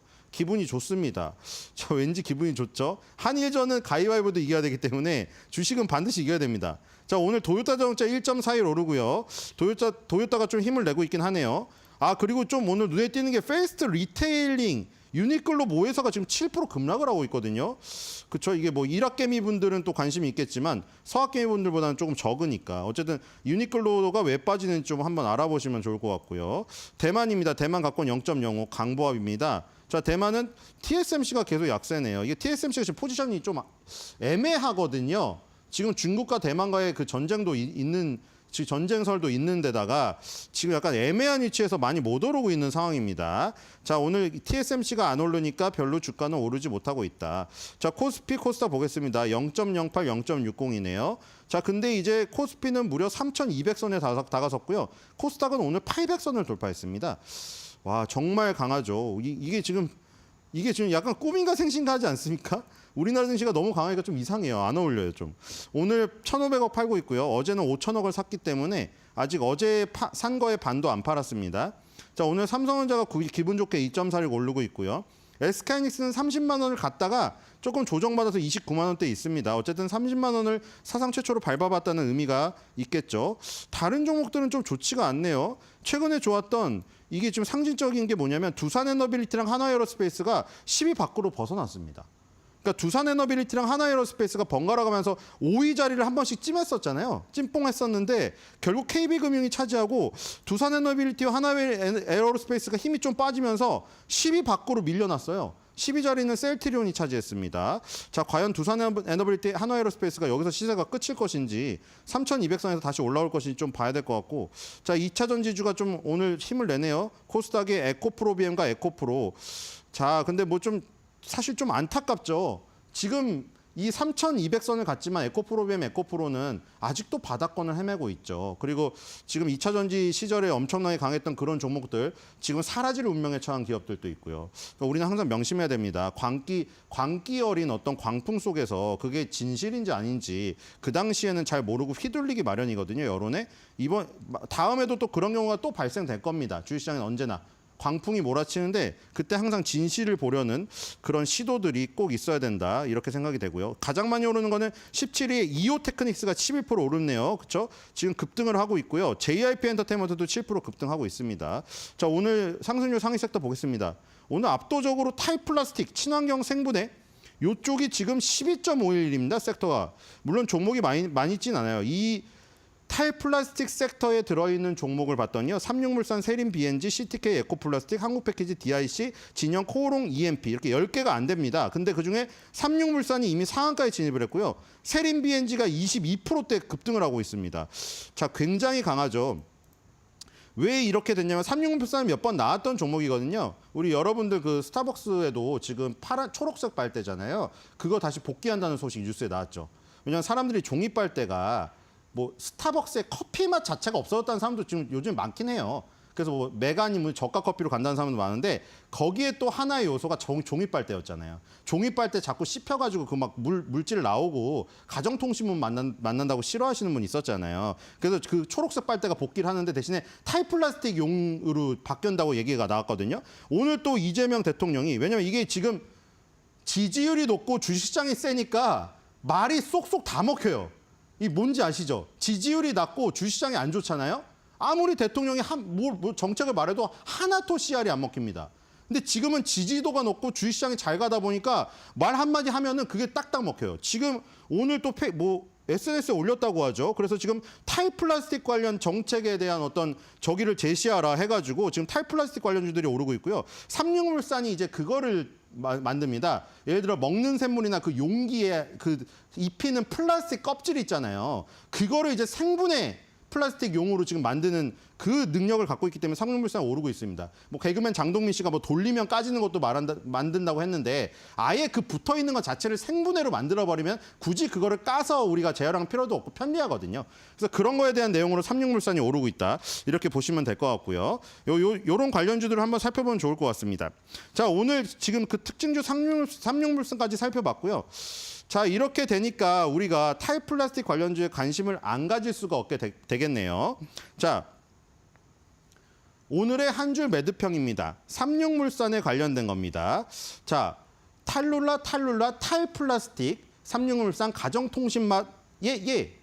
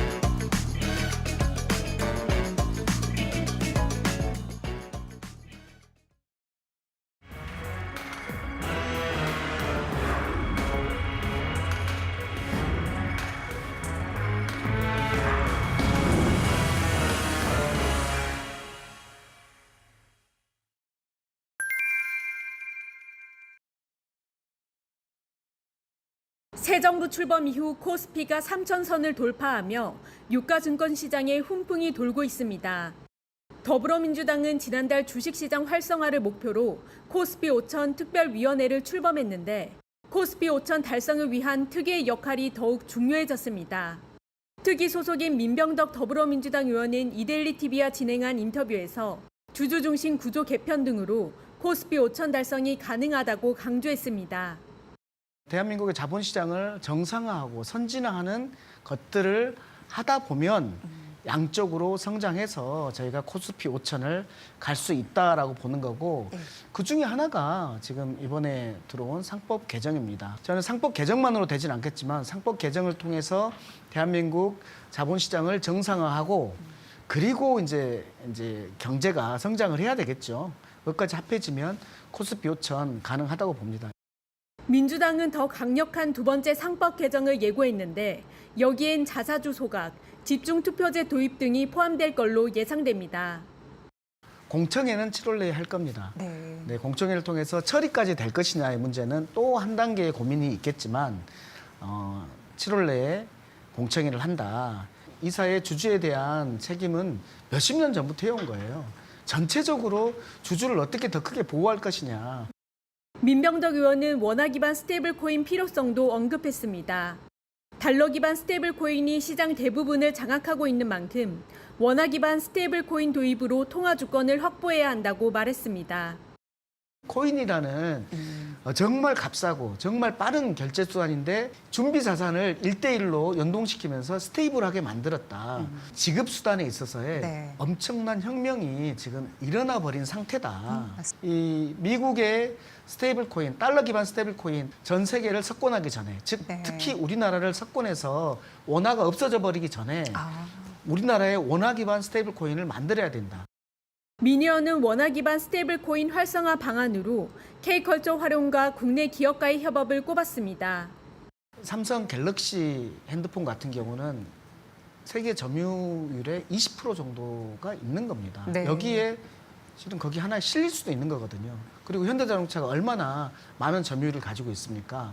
그러니까 세계적으로 우리가 가지고 있는 상품들이 있고 네. 거기에다가 K컬처에 있어서는 엄청난 강국인 대한민국이 BTS를 보려면은 원스코로 결제를 해야 돼라고 했을 때 결제하는 많은 사람들이 있고 국내 증시 부양과 디지털 자산 강국으로 가기 위한 정부의 발걸음이 바빠지고 있습니다.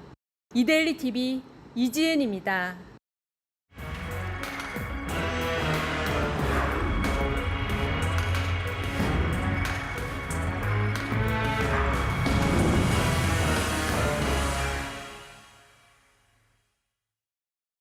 한 주의 마지막 거래일입니다. 코리아 디스카운트 해소에 대한 기대감에 연일 강한 시세를 내뿜은 한 주였습니다. 오늘 코스피는 장 초반 3,216선까지 오르면서 연고점을 또다시 경신했지만 장중 오름폭을 조금은 줄였습니다. 다만 어제 같은 경우에는 장 후반으로 갈수록 지수 상승에 힘이 붙었기 때문에 오늘 장중 흐름은 계속해서 눈여겨보셔야 할 것 같습니다. 현재 지수 상황 함께 보고 가겠습니다. 오늘 코스피 지수는 현재 시간 기준으로 3,180선을 지지받고 있는 모습입니다. 0.07%가량 소폭 하락하고 있고요. 코스닥 같은 경우에는 0.54% 상승 800선을 계속해서 지지받고 있습니다. 801선 지나가고 있습니다.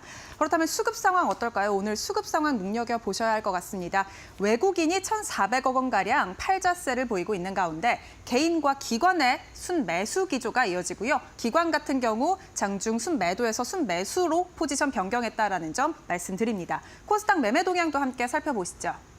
오늘 코스닥도 기관의 수급이 이어지고 있습니다. 외국인과 기관이 또 장중 순매도에서 순매수로 포지션 변경했다라는 점 말씀을 드리고 개인 같은 경우 600억 원가량 코스닥 시장에서 팔자 기조 가져갑니다.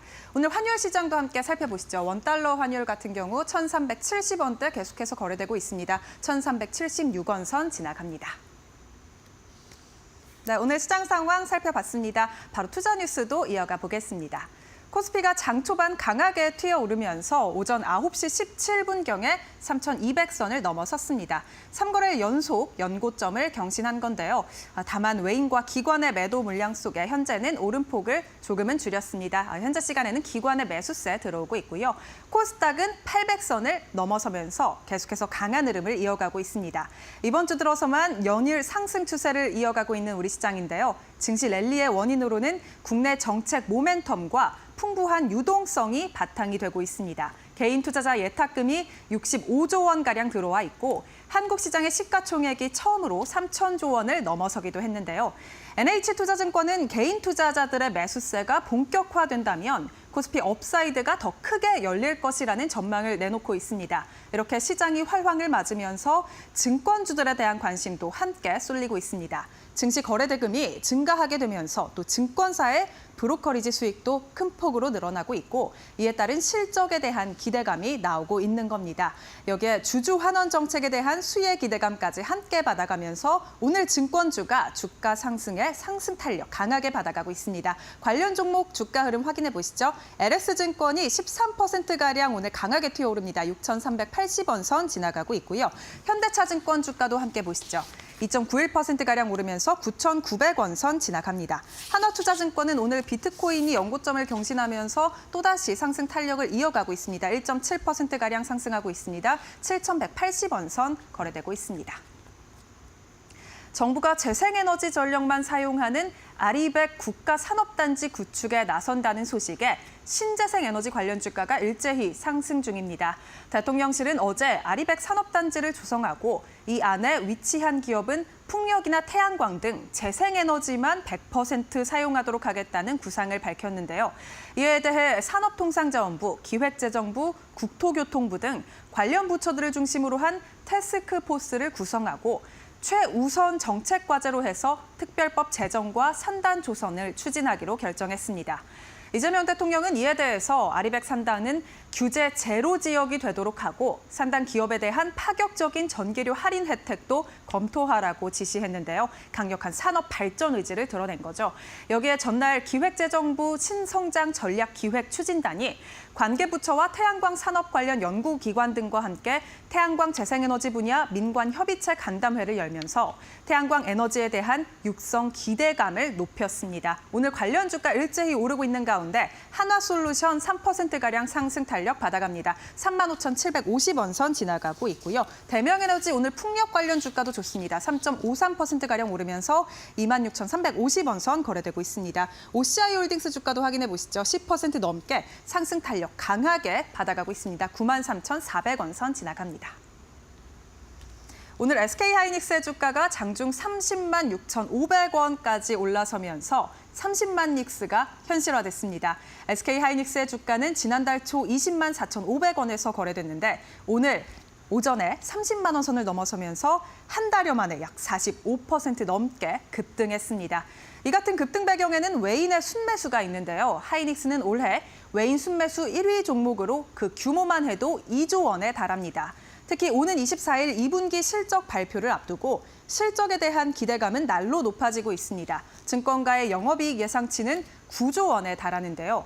호실적 기대감에 최근 글로벌 투자은행 시티그룹은 SK하이닉스의 목표 주가를 43만 원으로 상향 조정하기도 했습니다. 만약 주가가 43만 원까지 올라간다면 SK하이닉스의 시가총액은 300조 원을 넘어서게 됩니다.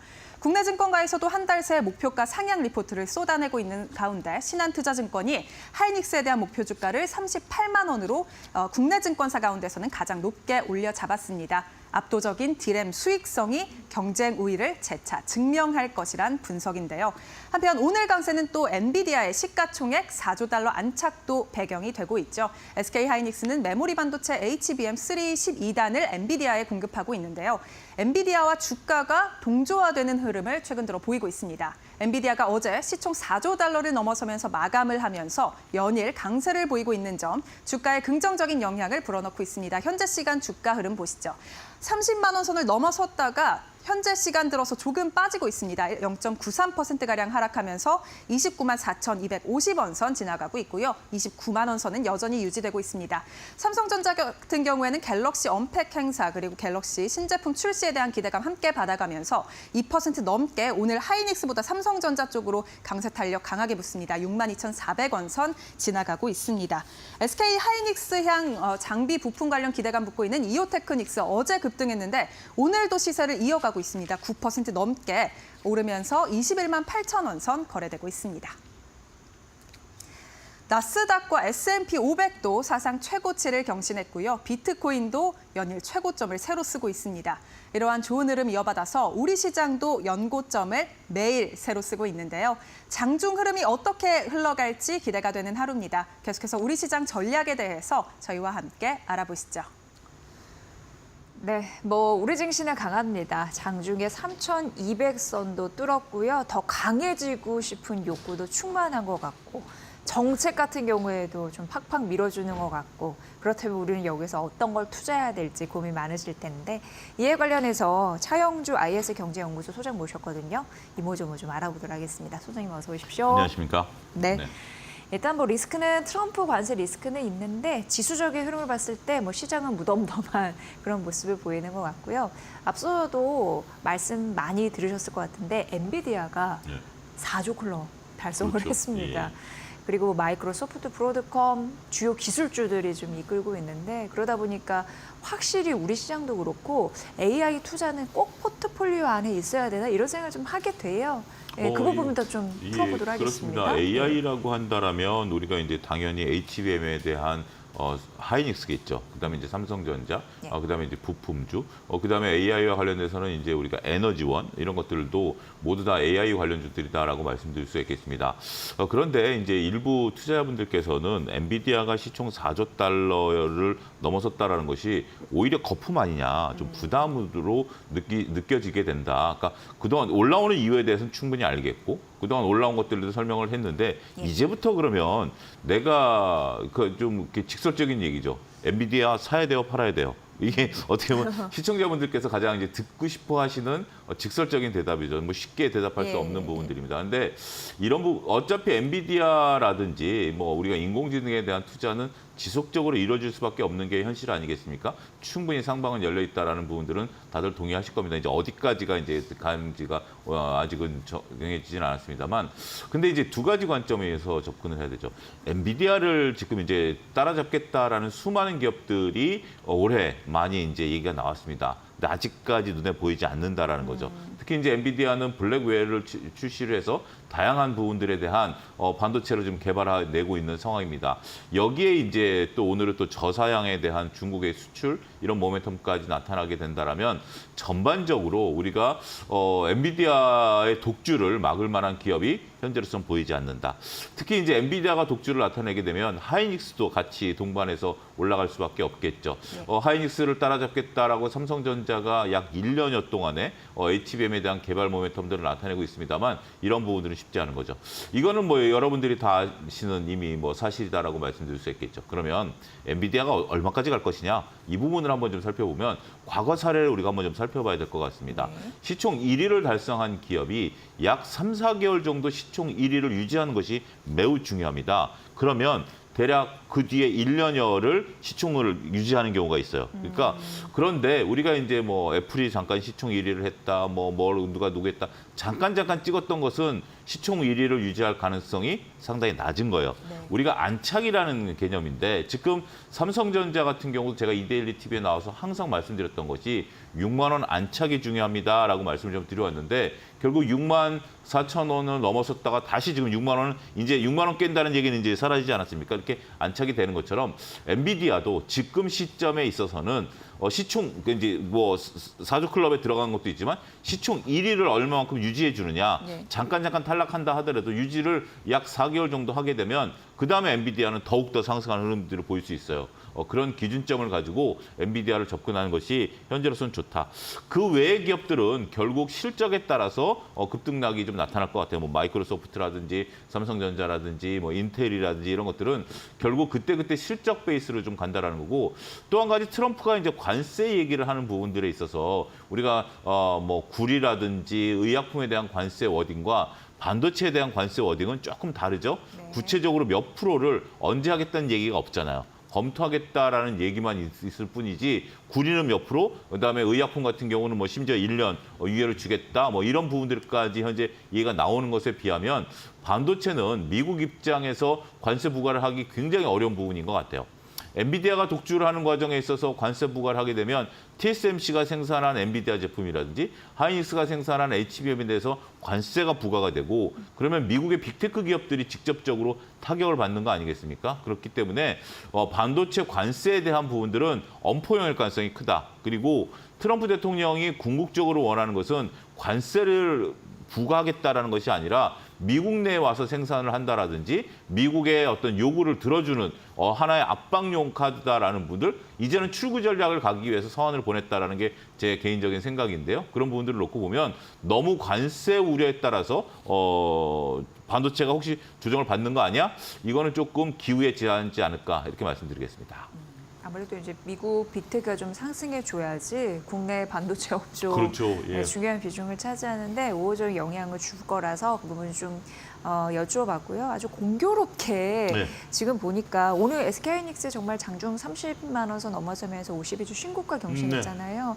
근데 작년 딱 이때 7월 11일 삼성전자 52주 신고가였더라고요. 네, 그때 보니까 이제 88,800원 간 거 부지런히 따라가야 되는데 이렇게 좀 시비가 좀 엇갈리고는 있습니다. 어쨌든 투탑은 잘 가야지 시장을 밀어주니까요. 그렇죠. 좀 지속적으로 잘 갈 수 있을까요? 이에 대해서는 어떻게 보시나요? 지금 이제 보유하고 계신 분들 입장에서는 뭐 하이닉스가 30만 원을 지금은 하회한다 그래도 특별히 걱정하실 건 없어요. 뭐 특별히 걱정도 안 하실 거고요. 그다음에 이제 삼성전자를 보유하고 계신 분들은 이제부터 시작이다라는 개념이죠. 그러면 이 시청자분들께서 하실 질문은 그거죠. 둘 중에 누가 좋아?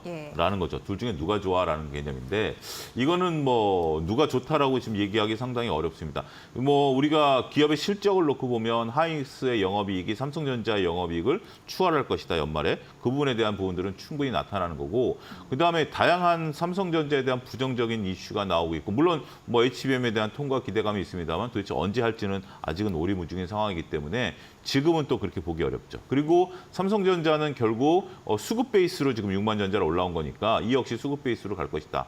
자, 질문을 좀 틀어보겠습니다. 질문을 삼성전자가 좋아, 하이닉스가 좋아라기보다는 지금 상태에서 누가 더 10%로 올라갈 가능성이 높은가를 한번 좀 보겠습니다. 그게 더 중요하겠네요. 예, 지금 이 시점. 시점에서 삼성전자는 6만 전자를 깨고 내려갈 가능성이 커 보이십니까? 안 커 보이십니까? 지금은 커 보이지 않는 거죠. 네. 그러면 일단 삼성전자가 6만 5천 원 부근까지 갔었기 때문에 6만 5천 원을 조금 넘어서서 6만 전자 후반까지 가면 10% 수익률은 충분히 나올 가능성은 있어 보인다.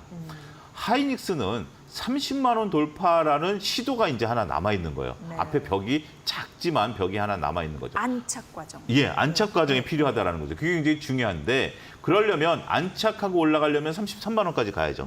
그러면 그 부분에 있어서는 조금 변동성이 있을 것 같아요. 네. 그래서 지금 시점에서 그러니까 보유하고 계신 분들이라든지 물타기를 한다라든지 분할 매수 관점은 둘 다 유효합니다. 하지만 내가 지금 새롭게 자금을 들어와서 하이닉스를 살까 삼성전자를 살까라고 본다라면 삼성전자는 좀 덜 올랐는데 덜 가는 것 같아. 하이닉스는 많이 올라서 더 갈 것 같은데 조금 부담스러워. 이런 개념보다는 조금 틀어서 삼성전자가 10% 올라갈 확률이 하이닉스보다 현재로서는 좀 커 보인다. 그리고 그렇다라면 이런 관점에 접근이 유효할 것 같아요. 하이닉스를 그래도 나는 좋아. 역시 가는 놈이 가는 것 같아. 라고 한다면 분할 매수 관점에 접근이 유효하겠죠. 지금 상태에서 꾸준히 모으는 거죠. 꾸준히 모아간다라는 거죠. 한 5번 내지 6번 정도.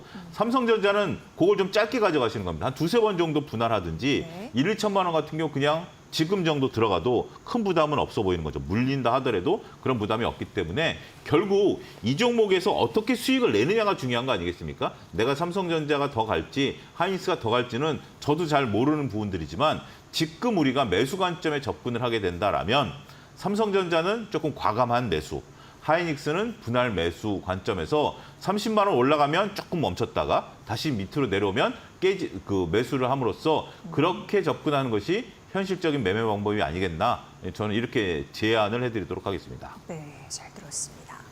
투자 수익률에 대한 기쁨이 좀 많은 올 하반기가 됐으면 좋겠는데 어쨌든 정책 기대감은 좀 여러모로 그렇죠. 많은 것 같아요. 네. 있는 것 같아요. 그러다 보니까 뭐 많은 분들 고객 예탁금도 늘어나고 있는 게 아니겠습니까? 자, 그렇다면은 주주 환원 기대감 아무래도 기대감이 쏠리는 종목을 바라볼 수밖에 없는 상황이거든요. 뭐 배당주, 자사주, 소가 뭐 여러 가지 있잖아요. 네. 뭘 좀 바라보면 좋을까요? 예, 네. 뭐 자사주 소각, 배당 이거보다 이 뭐 두 가지 뉴스 중에 네. 가장 좋은 것은 우리가 뭐 일을 하면 그 사람마다 좀 다르죠. 휴가를 좀 줄게라는 회사가 있고 보너스를 줄게라는 회사가 있습니다. 일을 네, 열심히 하면. 네, 네. 그러면 뭐 보너스도 좋고 휴가도 좋은데 저는 보너스가 더 좋은 것 같아요. 내 지갑에 돈이 들어오는 게 일단은 네. 이런 표현보다는 그런 거죠. 이게 회사가 이익 난 걸로 회식할래, 상품권 받을래? 그러면 상품권 받죠. 이 표현이 맞을 것 같아요. 네, 네. 휴가는 좀 비싸니까. 그러니까 네. 회식하는 것도 좋지만, 뭐 회식하는 거 맛있는 거 먹는 것도 네. 좋지만 당장 내 주머니에 10만 원짜리 상품권 들어오는 것이 더 좋은 거 아니겠습니까? 네. 그렇기 때문에 소각도 의미가 있다라고 봐. 이건 이제 소각과 배당의 차이다라고 설명을 드리고 싶어요. 소각도 분명 의미가 있습니다. 소각 같은 경우도 보유하고 있는 자사주를 소각함으로써 내가 갖고 있는 지분에 대한 가치가 올라간다라는 거 아니겠습니까?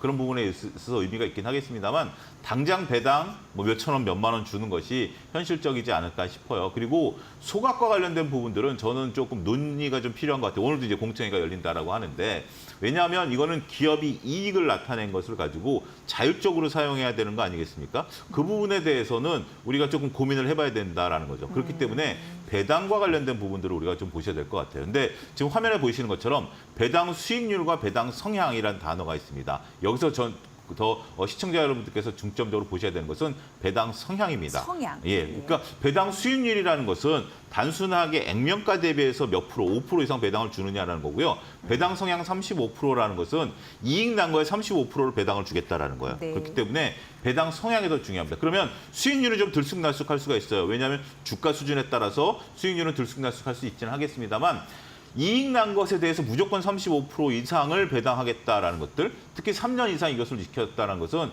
배당주로서의 매력도가 충분히 있습니다. 기관 투자자들과 외국인 투자자들이 배당주를 사는 기준점이 바로 그거거든요. 그렇기 때문에 저희 이데일리 시청자 여러분들께서도 배당 수익률이 당장 좋은 것도 좋지만 배당주를 투자하겠다라면 배당 성향이 35% 이상 3년 정도 유지했다? 이거는 정말 왔다라고 볼 수 있겠죠. 네. 그런 관점으로 접근을 하시도록 말씀을 좀 드릴 수가 있겠고, 그러면 어떤 것들이 배당 성향이 좀 높은 것이냐, 좀 화면에 나올 수도 있긴 하겠습니다만, 이게 순서예요? 예, 저게 이제 보면 배당 성향이 높았던 게 강원랜드, SK텔레콤 뭐 이런 것들 뭐 우리가 얘기들이 나오고 있는데, 저는 의외의 종목들을 좀 보셔야 된다고 봐요. 의외, 올해 저 안에서요? 예, 저 안에 종목이 말고 네. 의외에 아. 올해 같은 경우 방산주들의 배당이 갑자기 늘어날 가능성도 있어요. 방산. 예, 왜냐하면 방산업종들이 그동안 영업이익이 그렇게 크지 않았거든요. 예, 근데 예. 방산주들도 보면 뭐 정부 지분이 좀 있다라든지 아무래도 그런 부분들이 정부 정책을 따를 가능성이 있다라고 봐요. 그래서 저는 오히려 그러니까 기존의 배당 성향이 높았었던 것들 여러분들이 검색하시면 다 나오니까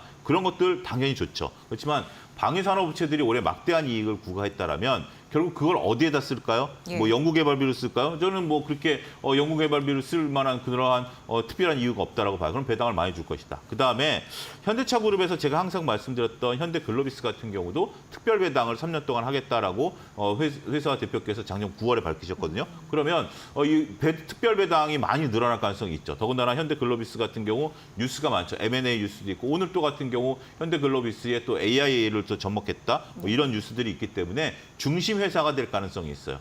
그리고 저는 여기에 덧붙여서 두 개가 겹친 한화그룹주 같은 경우도 배당을 많이 줄 가능성이 높다. 왜냐하면 한화그룹주도 경영권 승계에 대한 부분들이 있고 장남께서 지금 방산 쪽을 많이 받지 않으셨습니까? 그러면 그런 여력들을 좀 보면 우리가 단순하게 배당을 준다라는 것이 과거 배당에 대한 것이 1번. 네. 두 번째는 특별히 올해 배당을 많이 줘야 되는 사유가 발생한 기업들을 놓고 본다라면 저는 현대차그룹과 하나그룹에 대해서 우리가 배당에 대한 투자를 보자. 그들 입장에서 보면 뭐 우리가 과거 삼성전자 같은 경우도 뭐 상속에 관한 특별 배당을 했습니다만 공교롭게 정부 정책에 호응한다라는 메시지를 또 표방할 수도 있잖아요. 그러면 또 정부한테 좋은 점수를 딸 수도 있는 거기 때문에 기업 입장에서는 뭐 정부 눈치를 안 볼 수 없는 게 뭐 인지상정이니까 그런 부분으로 보면 하나그룹주, 현대차그룹주들에 대한 특별 배당이 나올 가능성, 저는 그 부분에 대해서 좀 관심을 좀 가지셨으면 좋지 않을까 말씀드릴 수 있겠습니다. 정말 하나그룹주 하나하나 뜯어보면은 이번에 돈 많이 벌었잖아요. 돈 많이 벌었어요. 네. 조선, 방산, 네. 디지털 자산까지 하나투자증권도 하나증권까지. 예. 네, 그 특별 배당 네. 나올 만도 한데 예. 또 주주분들이 이렇게 보고 계시구나라는 생각 들고요.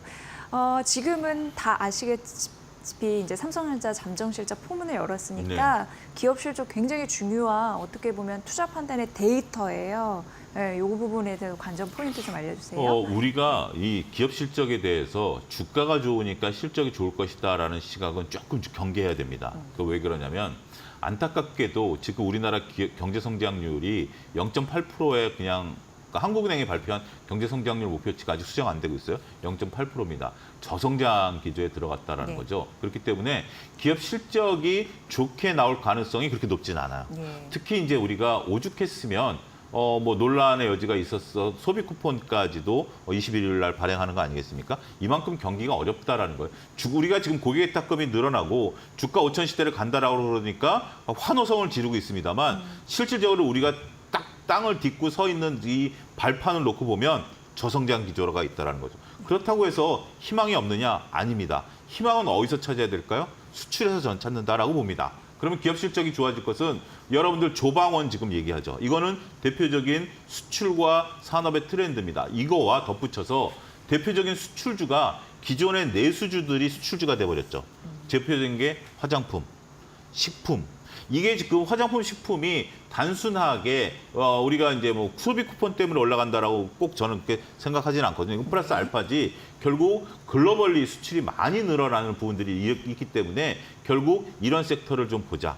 여기에 덧붙여서 우리가 여행과 관련해서 외국인들이 좀 들어오는 부분들, 요즘 정말 시내 나가보시면 여기 지금 이데일리가 있는 시내에서도 보면 외국 분들이 어마무시하게 좀 많이 보이는 거 아니겠습니까?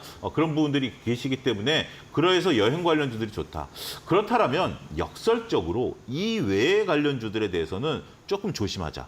이 외의 관련주들에 대해서는 우리가 실적이 긍정적으로 나올 만한 모멘텀이 뭐 일부 제약바이오, 뭐 일부 2차 전지, 예. 뭐 일부 우리가 뭐 그냥 뭐 여러 가지 정책 기대감이 있었습니다만 아직 정책적인 효과가 나타나려면 시간이 좀 필요한 기업들, 이런 기업들, 그러니까 지금 투자가 상당히 어려운 것들 중에 하나가 어렵다라고 말씀하시는 분들 중에 하나가 잘 올라가는 걸 잡긴 잡았어.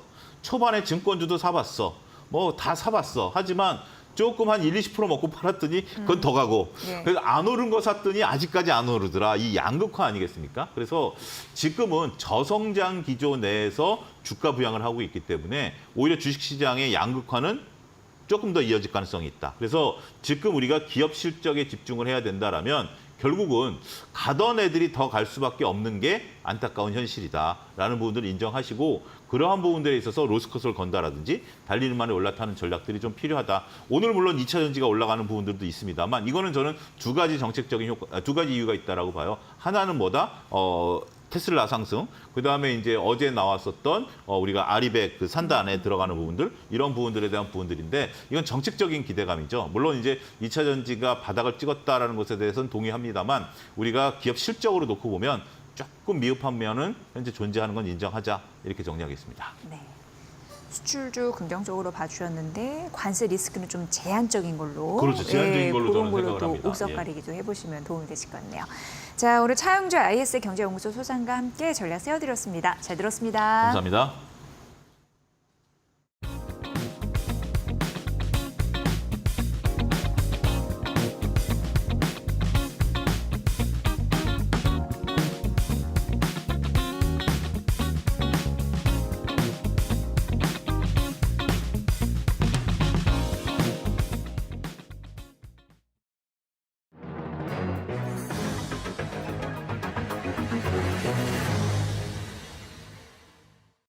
최근 국회를 통과한 상법 개정안이요, 이 기업 본질과 가치를 재평가하는 계기가 될 것으로 기대가 모아지고 있습니다. 특히 그동안 시장의 외면을 받아온 한국 음식료 기업들 잘 아시죠? 변화의 가능성이 커졌습니다. 음식료 기업 주가는 10년간 지속적으로 저평가되었어요. 이 중복 상장 논란, 소극적인 주주 환원 정책 등이 원인이었죠. 우선 폐쇄적인 지분 구조에서 그 문제를 찾을 수 있습니다. 대다수의 음식료 기업들은요, 다른 업종 대비해서 오너 일가의 지분율이 높아요. 또 지주사 중심의 지배 구조가 뚜렷합니다. 오너 일가는 대부분 지주사에만 집중적으로 지분을 보유하고 있고, 사실 많은 지주사들은 대부분 식품 사업회사에 의존하고 있다라고 해도 과언이 아니에요. 문제는 이 지주회사와 사업회사가 동시에 상장되어 있는 구조, 중복 상장 논란이 있는데, 지주사가 사업회사로부터 받은 배당 외에는 이 별다른 현금 창출이 없어도 주식시장에 별도로 상장이 되어 있다는 점입니다. 이 오너 일가는 지주회사의 지분율이 높고 지주사 중심의 지배구조가 아주 뚜렷한데, 상장회사의 이익이 편향됐을 가능성이 사실상 꾸준히 제기돼 왔죠. 이는 정보 공개 수준이 낮고 지배구조 투명성이 부족하다라는 비판과 연결이 됩니다. 이 투자자들에게 불확실성을 주기 때문이죠. 음식료 기업들의 소극적인 주주 환원도 오랜 문제였습니다. 그동안 자사주 매입과 소각 등 주주 환원에 적극적인 기업은 드물었는데요. 최근 3년간 정기적으로 대규모 자사주를 소각한 기업은 KTNG와 남양유업뿐이었으니까요. 하나투자증권에 따르면 오너 일가의 지배력이 이미 높거나 또 유동주식 비중이 낮은 기업은 자사주 매입, 소각에 소극적일 수밖에 없다는 분석입니다. 배당 정책도 마찬가지죠. 최근 3년간 배당 수익률이 4%를 넘긴 기업은 KTNG, 오리온홀딩스, 하이트 진로 정도에 불과하고, 대부분 음식료 기업들은 배당 성향이 20%를 밑돌고 있다라고 합니다. 하지만 최근 상법 개정으로 음식료 업종 역시 주주 친화적 경영을 신경 쓰지 않을 수 없게 됐습니다.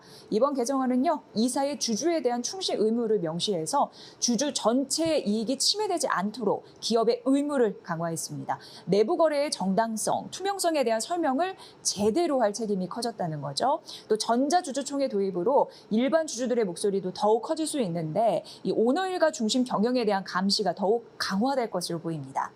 한국 상장기업 전반에 구조적 변화를 촉진할 법적 기반이 마련된 터, 10년간 주가 발목을 잡고 있었던 음식료주도 더 이상 피해갈 수 없을 수 있다라는 분석입니다. 이 고질적인 문제였던 수익 구조, 이게 개선이 되고 기업 가치가 제고된다면 투자자 입장에서 음식료 업종은 장기적인 관점에서 매력적인 투자처로 다시 관심을 받을 수 있게 될 것 같습니다.